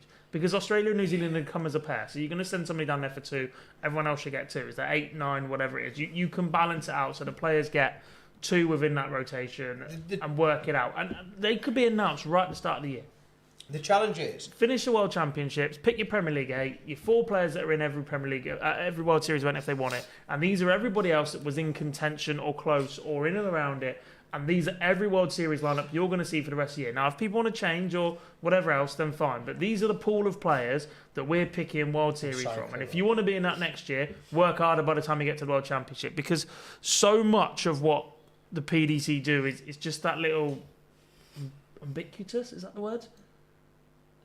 Yeah, I'll give you it. Yeah, where like you just have, it's not laid out in the start, is it? It's a decision. It feels like decisions made on the fly or announced later or moving goalposts. We've had the Grand Slam issue. Now we've got the World Series. When you have issue. a final at the end of it, it makes the whole thing seem cluttered, doesn't it? The difficulty is the context. We talk here from a position almost like step back, and we look across the World Series, and like we're doing here, we're talking about events, and you think, well, you know, 4 go here and 4 go there, and we sort of look at it as an overarching thing. You have to try, I think, and bear in mind that within those individual countries, that is the one opportunity that those fans get in the year to see the best dart players in the world. The people that buy a ticket and go and sit in the room, they don't give a shit about who got to play in New York and who gets to play in Australia and who gets to play in Bahrain. Like, they don't care, because that's the one ticket that they can buy per year that doesn't require a flight, you know, halfway around the world to go and watch players. So I think it's a really difficult balance, because when we look sensibly as you know, as grown-ups, and you look across that whole tournament and you think, well, yeah, we could rotate this and they play this one and they play that one, you announce it at the start of the year, finals at the end, everything's all nice and logical. But then when you consider that, you know, Australians get 1 opportunity per year, or 2 opportunities in some countries, or, you know, one where you might be able to go to the next country along and see some darts, but there's just so little opportunity for them to access what we take for granted a little bit in this country, because you can go to any Premier League night, you've got all these other tournaments that you can go to and see, you know, you can go to Blackpool any one of 7 days and you'll see big name players. I just think you've got to keep that in mind at the same time. I get that, but then there's, like I said, we protect the top 4 to go into it, or 4 players are going to be the ones that travel to everything, or take more players to the World Series. There's enough time to add an extra day to a lot of these events now. They're growing. That's the litmus test, isn't it, to move forward now? Because you look at Belgium and whatever else. Yeah, can you sell an extra day? Where we bring you an extra 8 players, can you sell a Euro Tour style thing where we put 8 players already through and we bring 8 of the 8 to 16 in the world to take on your top 8? Because then they've got a better chance of beating them, and the top 8 lying in wait. Oh, do you know what? More players there for media. I love that. And it's an extra day of tickets to prove to these venues and around the world that they can sell these tickets over a long weekend. Love that. Because they're already there travelling anyway. Love that. Yeah, no, I don't dislike it. As a long, you know, concept to reach for. That idea that you can have 8 that come in second round. You have 8 of, 9 to 32. That that can rotate and do so many a year, and some will be lucky and some won't be lucky, but it's an extra earning opportunity. You would like to think that if you could sell out another day, you've got extra revenue stream coming in, extra advertisement, various other things. Yeah, I love that concept. And it can, like you say, you have got more chance of stories because there are potentially more winnable games for those home nation qualifiers. But you get gradually introduced to the next gen of players or the players in and around the cusp that we want to see that little bit more as well. Your big stars are still there and waiting, but have to do less work, so they can travel and do whatever they've earned. That have a day off with a family. They still get their appearance fees and whatever else. And I genuinely think that might be the best outcome for all, because especially the European World Series, which I tend to not agree with anyway, but those regions tend to be ones that you're looking at going, right, can you host a Euro Tour next? Can you do this next? Can you put other big events in your country? And actually, for a Euro Tour, you need 3 days. So can you go and sell out a World Series event for 3 days when you've got the biggest names in the world? Because a Euro Tour is a harder sell. 100% it's a harder sell, because you might get Ryan Joyce with no fucking T-shirt on. playing. Do you know what I mean? That's a bit more of a difficult The sell wrong than, t-shirt. by the way, you've got 16 of the best players in the world, plus 8 guys that you can all get behind and whistle and boo at people for.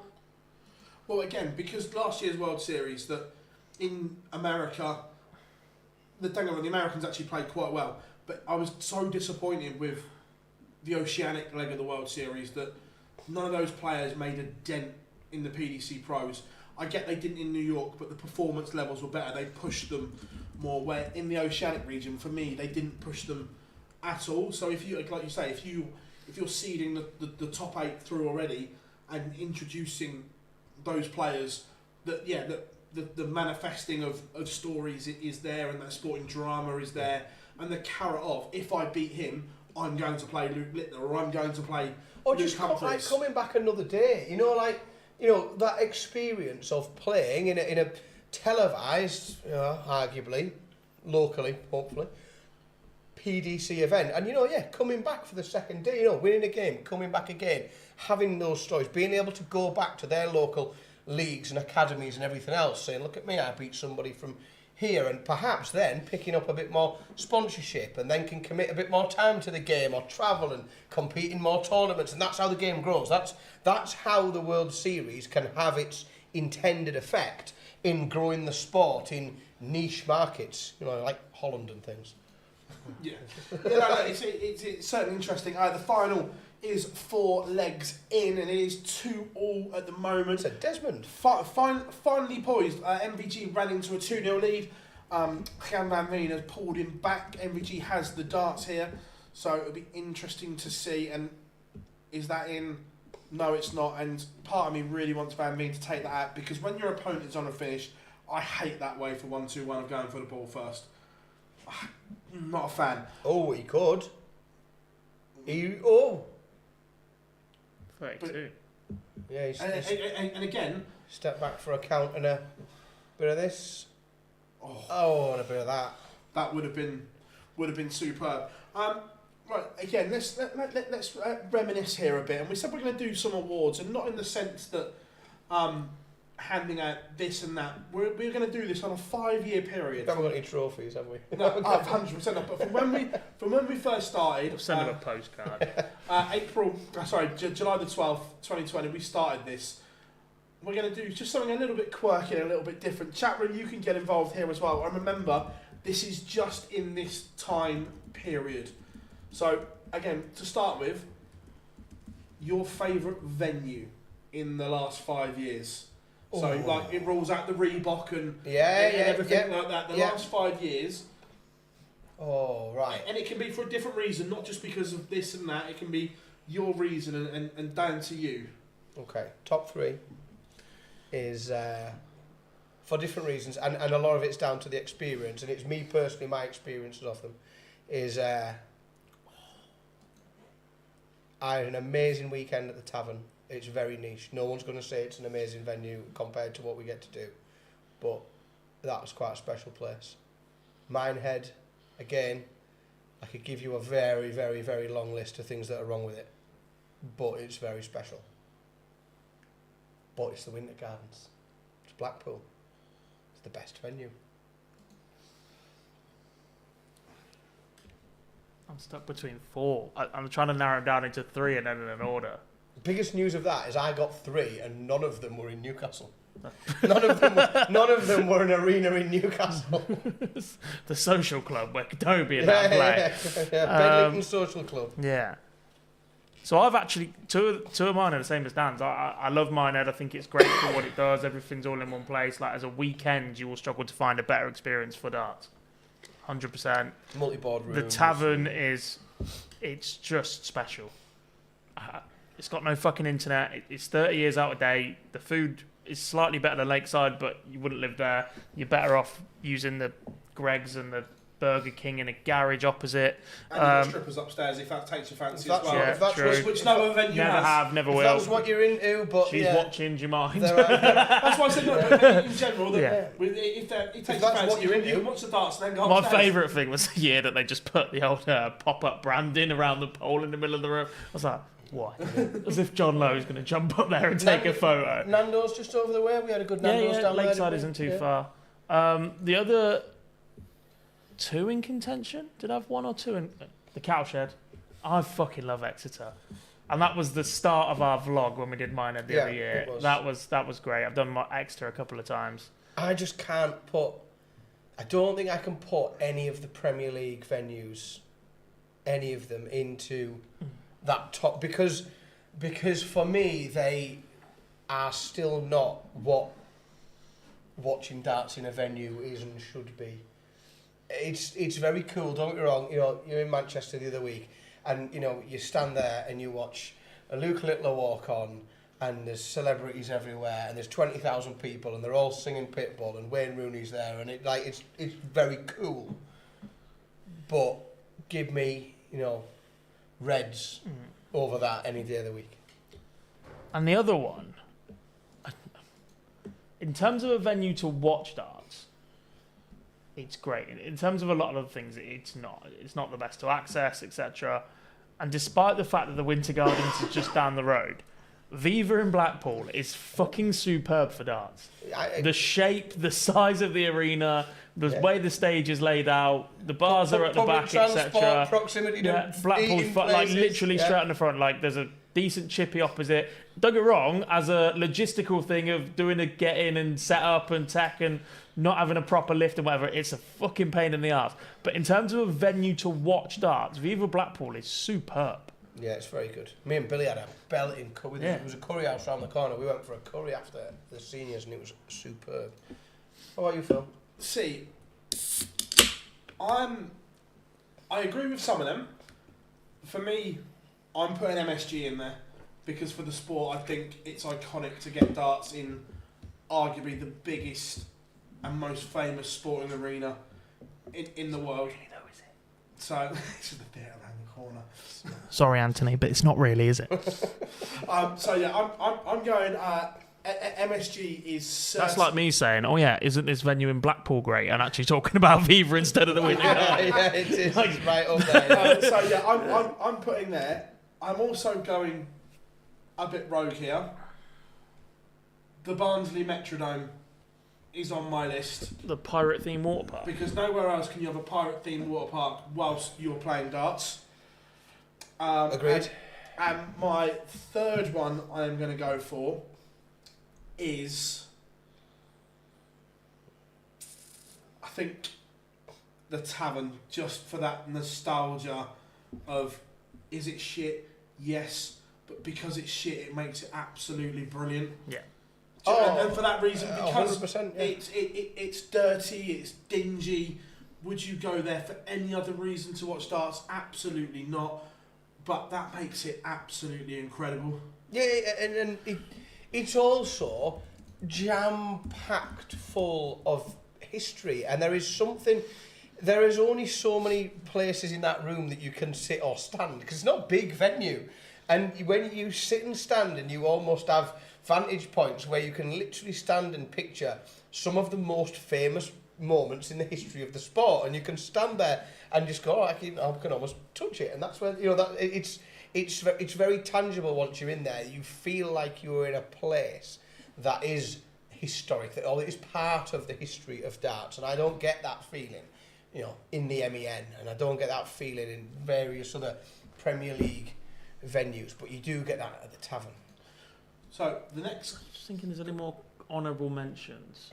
the Indigo at the O2. There's a couple that I've played in, like the Nottingham Trent SU has been like a home for me. Obviously, we played varsity there a number of times. Like that was superb. This stage is set up there. I played at Rock City a couple of times, which is the old heart of the Midlands club. Like that was an unbelievable experience. It was me and a couple of uni students, Aidan Kirk, Colin Osborne, and 2,000 pissed up students watching us play darts and giving us abuse. And then I was like, yeah, but you've paid to watch me, you silly bastard. I'm no good. And actually, like, despite it's different because I've never really taken in an evening there as a fan, but actually the Super Series as the venue to watch darts is right up there in terms of an experience. Bar's reasonable, you can get right up close with the players right at the end. The seats could be a little bit more comfortable, if I'm being honest. Don't tell the boss. But as a venue to watch darts, the stage setup is made for it. It's really good. I managed to put myself in this part of the country for 6 days. and the 7th day on It's either side of champions those 6 days are the only days where someone can go in and watch any bloody darts in there. So I've managed to travel all the way down here for 6 days and I won't actually get in to see any darts in there, which is a bit frustrating. But it does give me a reason to come back again, though, so Yes. that's a good thing. The next one, over the last 5 years, I want, you'll see where this is going afterwards, I want your best dart shirt, chat room as well, over the last 5 years, the best dart shirt. Oh. Well, it certainly ain't Josh Rocks. No, it's not, is it? The one that everybody's going to say is Carol Sedlacek's. With the nod to I Am Evil Charlie.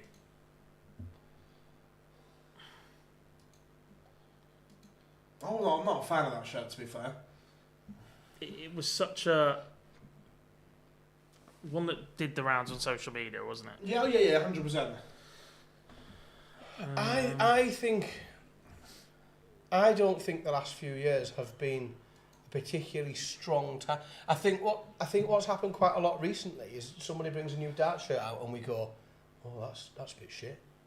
And we keep seeing dart shirts that are worse than the previous one, which is challenging. I do like Ricky Evans' Christmas shirt. I'm a big fan of that. Whereas, like in the past, when Brendan Dolan's done it, I haven't particularly enjoyed Brendan Dolan. What's your main favourite? Why is there a big fuck off clock on it? I don't get it. Like, what's the point? Like, what is the like? And just before we do get onto the serious bit of the best shirt, I'm even going to look straight down the camera at this. A reiteration in my final sitting here as a show that there are two things that should never, ever, ever be on a dart shirt.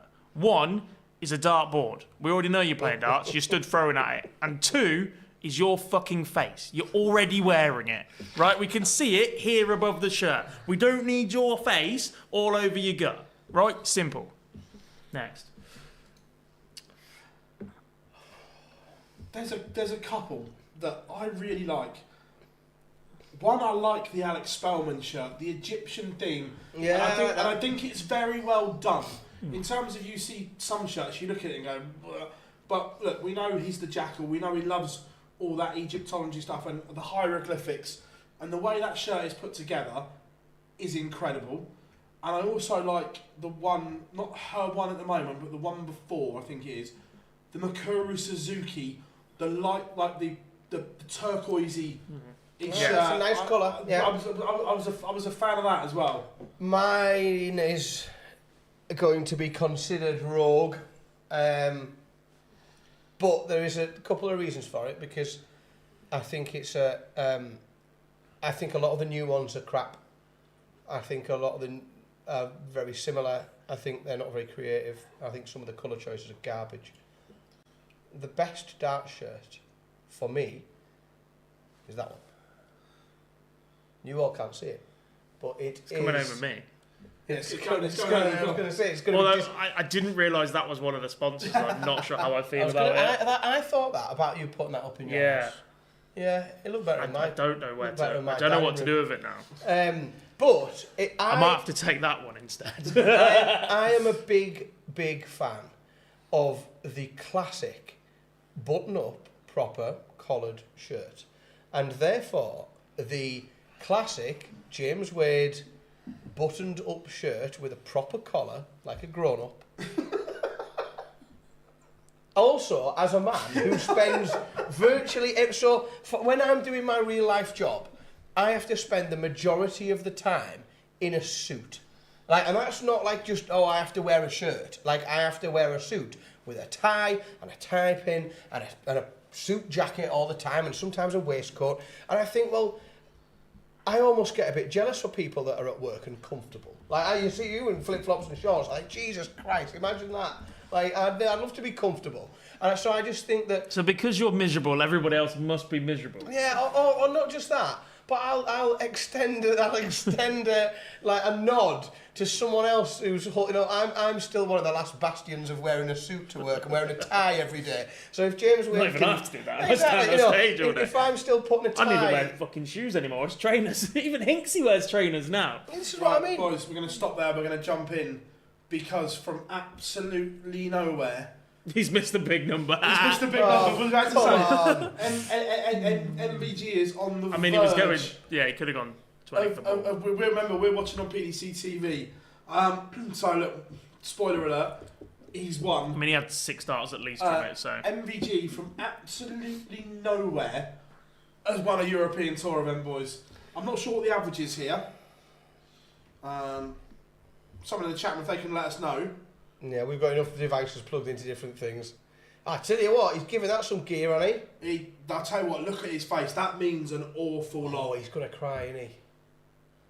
Oh, don't cry, Michael. Makes us all uncomfortable. Oh, don't you worry, Rob. I got the rider. The riders. I'm not just the one. I'm stacked up. I've got a fridge full of stuff. My rider was met. Yeah, James Wade, without a shadow of a doubt, is the last bastion. If I'm still wearing a tie for work every day, Gary still wears a shirt. Yeah, Gary's is still collared. He does, but I just found a bit of tartan on the arm, though. No, I can't go with a shirt with tartan on, can I? The classic pinstripe as well. I think he comes to work looking smart. I think there's a lot to be said for coming to work looking smart. More people should do that. So therefore, it's James Wade. Yeah, bars. Yeah. Didn't even bring the overshirt for fuck's sake. Wearing trousers would be a start, wouldn't it? Like, looking long socks. Just some socks. Long trousers and socks would be a start for bars. From there, flipping the coin over the last 5 years, the worst. Brendan Dolan. That fucking clock, man. The white one with the clocks on the back is horrific. While we're at it, a third thing that should never be on your shirt. The colour white. Dart players are not the slimmest looking gentlemen or even ladies in the world sometimes. White is not fucking flattering. Don't do it. Next. The worst one. I'll tell you the one that I saw. Josh Rock. And no, it's not that, but it's another Target shirt though, because it's the one that I saw. And I immediately said, that's awful.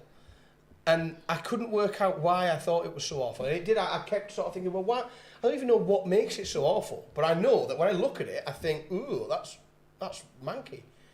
And it was Dimitri van den Berg's, that Target shirt. And I'll tell you why. It's because if you ask me now and say, well, what colour was it? I ain't got an answer. I don't know. What colour was it? Nobody knows. It's not even a colour. It's like an absence of colour. It's like it's gone through the wash wrong or something. It just doesn't feel it's out. No, it's not. But it's not because it wasn't beige. It wasn't grey. It wasn't brown. I couldn't work out. I felt like when I was trying to describe it, like when I'm in B&Q trying to try and work out which paint we're going to put in the hallway. Do we want elephant's breath or do we want something else like that? I couldn't work out what colour it is, but I knew it looked shit. Do you not go and ask for a colour match? Yeah, well, I should have done that, shouldn't I? Yeah, I might do that. I know I'd have to buy one of the shirts, but I couldn't do that. If anyone's got one anywhere, I don't know, you use it washing the car or something, send me a copy. Send me it. I'll go into B&Q and say... Over the last 5 years, your favourite player, not the best or thing, your personal favourite over the last 5 years?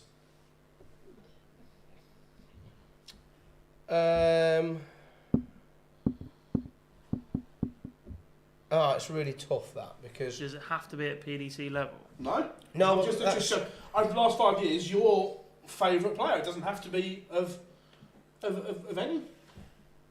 It's tough that because it's very. I almost find it would be easier if you'd have restricted me to PDC because I'd have just said, right, toss a coin over. Well, you can't toss a coin 3 ways, can you? I'm on the edge for one of them.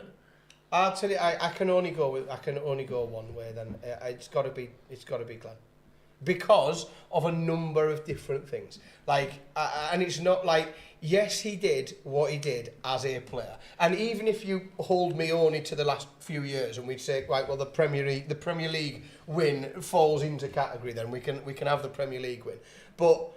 Also within the last few years, I met him in a car park to exchange a shirt for Billy during COVID to meet outdoors and things. And like I've had the pleasure or the good fortune, let's say, to be around him professionally at a number of events backstage, and when I've been doing media for things and Glenn's been around, he's been in touch with me just generally to be quite positive about things that I have done. He's seen things that I've done, and he's watched streams that I've been on, and he's took the time to get in touch and be quite positive about that. And for all of the above, not just for the playing, I'll probably have to say Glenn, but I could probably list another 5-6 players, both that I have massively enjoyed just watching them play darts, but then also the same again, who outside of darts, just as good blokes, have been incredibly just generous with their time, energy, goodwill. John Henderson, like as another shout out, because I've massively enjoyed every single game. I've even in the Barbican when John had an absolute nightmare, I enjoyed watching him play. But then outside of that, John's been like very, very giving and helpful, and got in touch with me again just to be positive and nice, and he deserves a bit of a shout out as well. But if I have to say one, it's Glenn. Yeah, Hendo's right up there. I was fortunate enough to be with him last week, and how's the missus? Everything fine? We were at Wetherspoons afterwards for a Pepsi. He's one of a number that actually doing this job has been so eye-opening. Like, I can walk it. The next time I see Robert Thornton, he'll start quoting designer brands for handbags. Like, that is not the view that anybody is ever going to have of Robert Thornton. In terms of PDC players, like Gary will always be up there. But Warren's actually pinched my one. It's Richie Howson for me. I've been quite honoured to be a part of the senior story since its inception.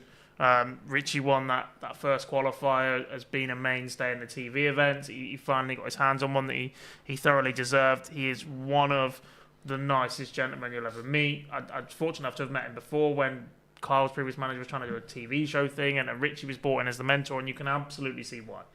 Himself and Lynn, his wife, are two of the best people you're ever going to meet in darts. On the board, Richie is quality. The fact that he still doesn't believe in himself and walks around telling everybody he's a pub player on a good run winds me up sometimes a little bit. But for me, the favourite player I've had over this amount of time is Richie Howson. Yeah, look, you've all chucked out some incredible names there, and again, everyone is naturally probably going to assume I'm going to say Michael or Gary, but I'm going to strip it back and go deeper than that. One, I'm going to say doesn't even play professional darts is Jamie Kellin. So much time for JK, and seeing, I remember him as a 15-year-old getting chucked onto the Pro Tour with no help whatsoever because he was the first Unicorn Generation 180 player. But back then there was no care or thing, just like, you've won this, go and play.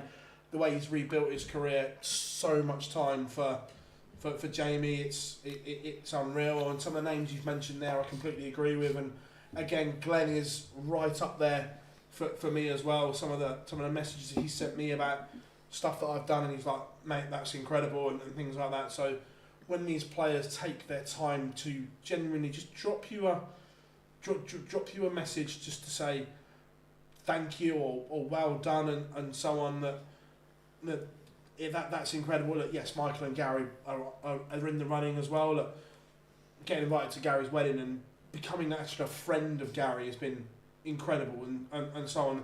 And the same as Michael getting invited to his birthday parties and going to the Netherlands, becoming friends with these people. Look, they're stars, but when you get to know them, the same as Gezi, one of the most blokes, one of the most common questions I get asked still to this day: what's Gezi really like? An absolute diamond of a bloke. What you see up on that stage is the character that he plays when he's at work, and so on. But again, he's one of the nicest. Johnny Clayton, an incredible. Johnny's hilarious. An incredible guy. So yeah. There's loads out there, and remember that when you're booing this person, you're giving this person some shit on social media. there is a person behind that, and they're a person. They're not the person you see on TV. They've got family. They've got friends that see the shit that you give them as well. And I think that's one thing that I'd like to, not just in darts, but just in sport in general, that people need to be better people when it comes to things like this. Okay, you've lost 50p on a bet. If you can't afford to lose that 50p, don't bet in the first place. Correct. But don't give them these people shit. It opened my eyes, you know. Like you two, because you've been involved far more, I think, with social media and management companies and various other different things that you've both done in the game. But it has exposed me a little bit, both anecdotally and spending a lot of time with you guys, to the sheer shite that people set, like that people write to other human beings. Like this isn't, you know, this isn't someone that they've had a falling out with. This isn't someone who's aggrieved them in any way. But the level and the depth of abuse that gets sent is absolutely beyond what I ever thought. That, you know, that's one of the things that I have found. Like we spoke at the beginning of the show about all the massively positive, you know, amazing things that have happened to me, especially like since getting involved with online darts. But there is other things as well that, you know, you sometimes it can be very pleasurable and it can be very fun to sometimes see behind the curtain, and you can go and have a look and you can meet some exciting people and see them out of context, and it can be very, very interesting. But sometimes you don't always want to see how the sausage is made, and you get to see a real darker side of just people, and I'd get rid. I think you should have to do some sort of test to be allowed on social media, because part of me would love to go back and just be a regular guy working a boring job that has little to no opinions on some of these matters, because part of the sport is ruined to me forever. That mystery, that magic surrounding professional sport. Like, I've seen the dark side of darts, if you like. I've seen what goes on behind the scenes with various institutions and how things can be manipulated and how some of this abuse works out. And like I said, that has spoiled darts for me a little bit. I'm never, ever going to strive to be a player in darts. And part of that might be my own lack of ability. Part of that is I just don't want it. I've seen what comes with it. I'm quite content where I am or where we sit right now. Oh, 100%. And by the way, if we're going over or under, 51 minutes and it's still up. I didn't play. I just offered the line. I went under, so you've got me. I'm out. 100%. Look, and look, we've got some time, so let's get some questions in as well for episode 200. It wouldn't be the same if we didn't do questions. Question time and so on as we as we look back on these 200 episodes. And when you look back, Gob, have you got a favourite moment? Ooh. I have. If you want me to go first.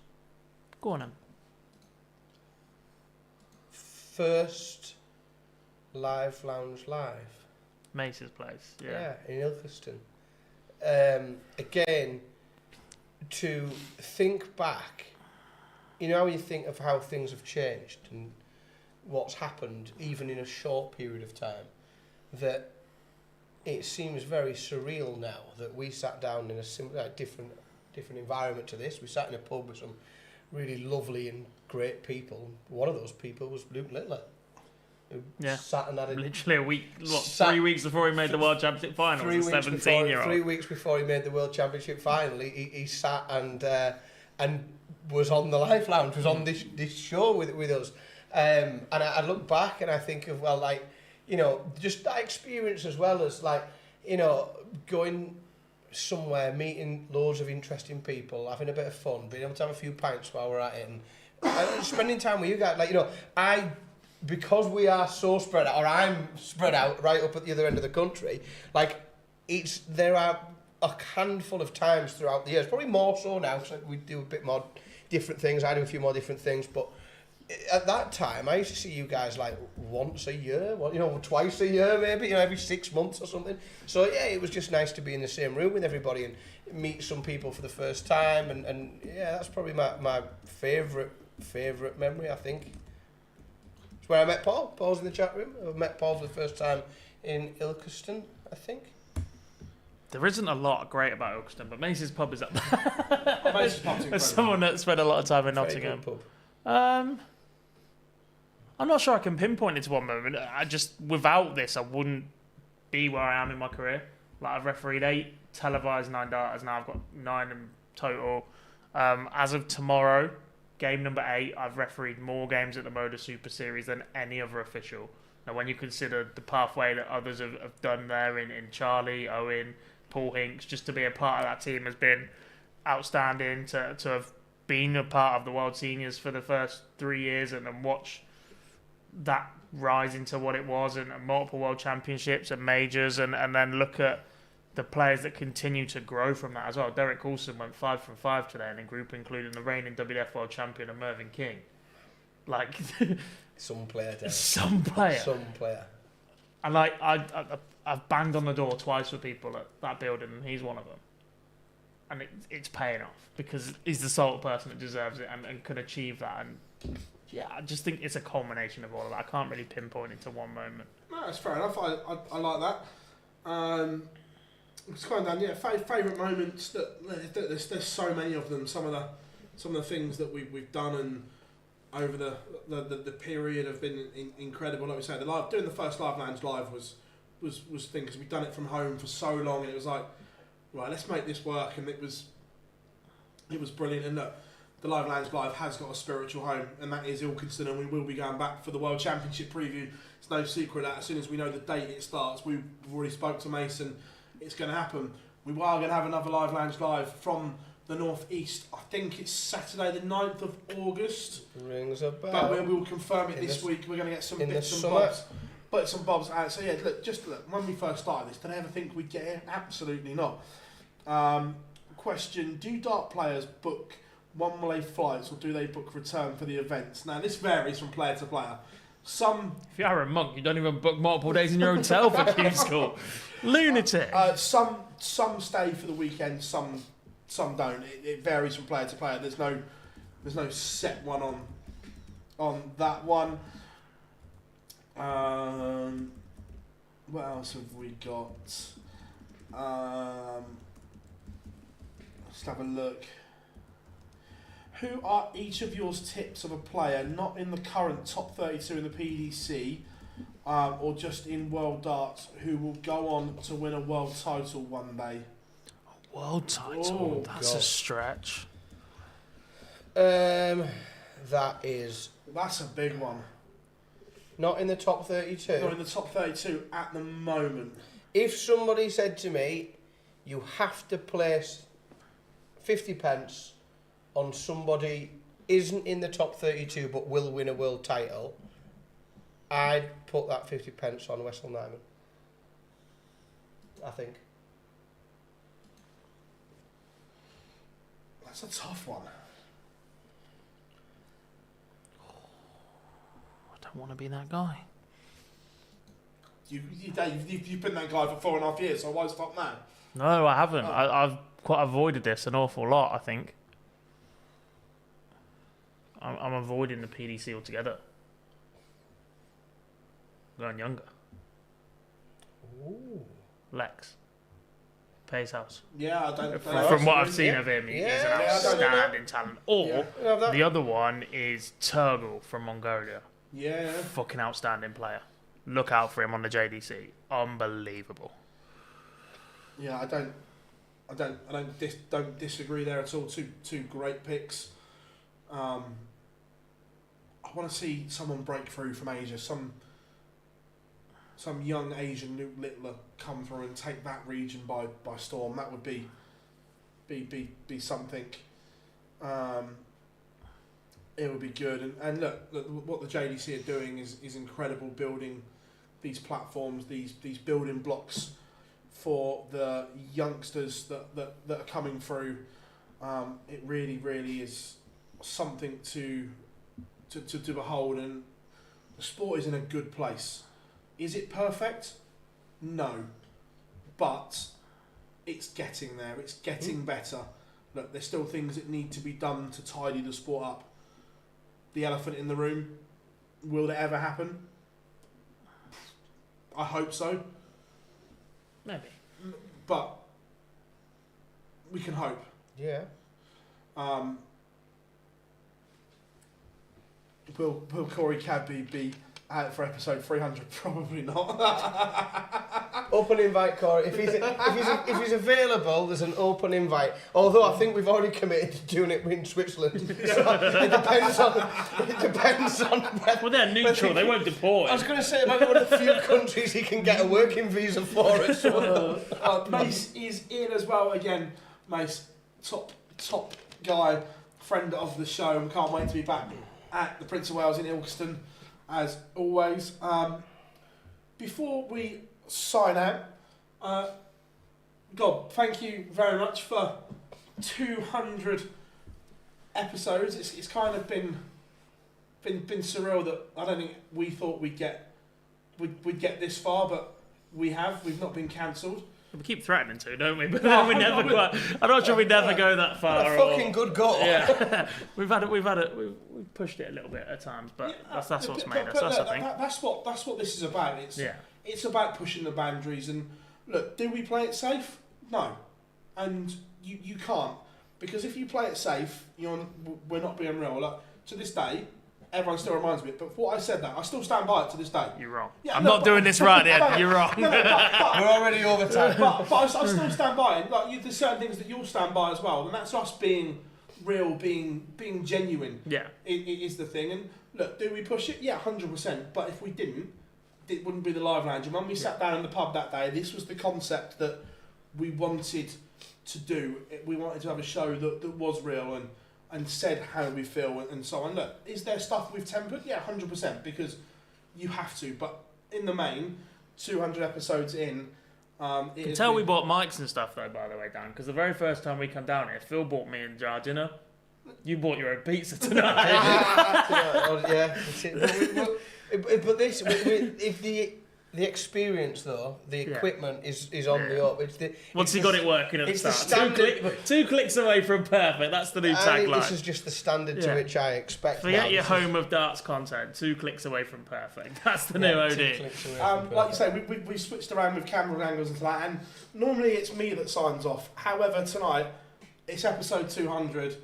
One man has the floor, but before we do that, Gob, thank you as always, buddy. Good luck in the refereeing side of it, mate. Great job. Thank you very much. Everyone, round of applause for Gob. But it's normally me that signs off. However, Gob, this time the floor is yours. Yeah, just from me, a huge thank you to everybody that's been a part of the show, whether you've watched for 10 seconds or watched all 200 episodes. It really has meant a lot to not just myself, but to Dan, to Phil, to Boise, to Jar, to everyone that's been a part of the show, to everyone that we've shared a screen with. Thank you very much for coming on as a guest. If you've contributed, if you're in the chat room, if you've dropped us a like, or if you've liked every single show, it really has been a great ride. This isn't the end for me for OD. I'm still going to be part of the team. I'm going to come down and film some stuff on that dartboard with Phil. We've promised that challenge match for a long, long time now. And I am already booked in for the 2 live shows, one in the northeast, one up in the north. But for every other week, it's someone else's turn to sit in this chair. So from me and from all of the rest of the team, a real big thank you for watching. Thank you for sticking with us through 200. And here's to the next 200 with these guys as they go.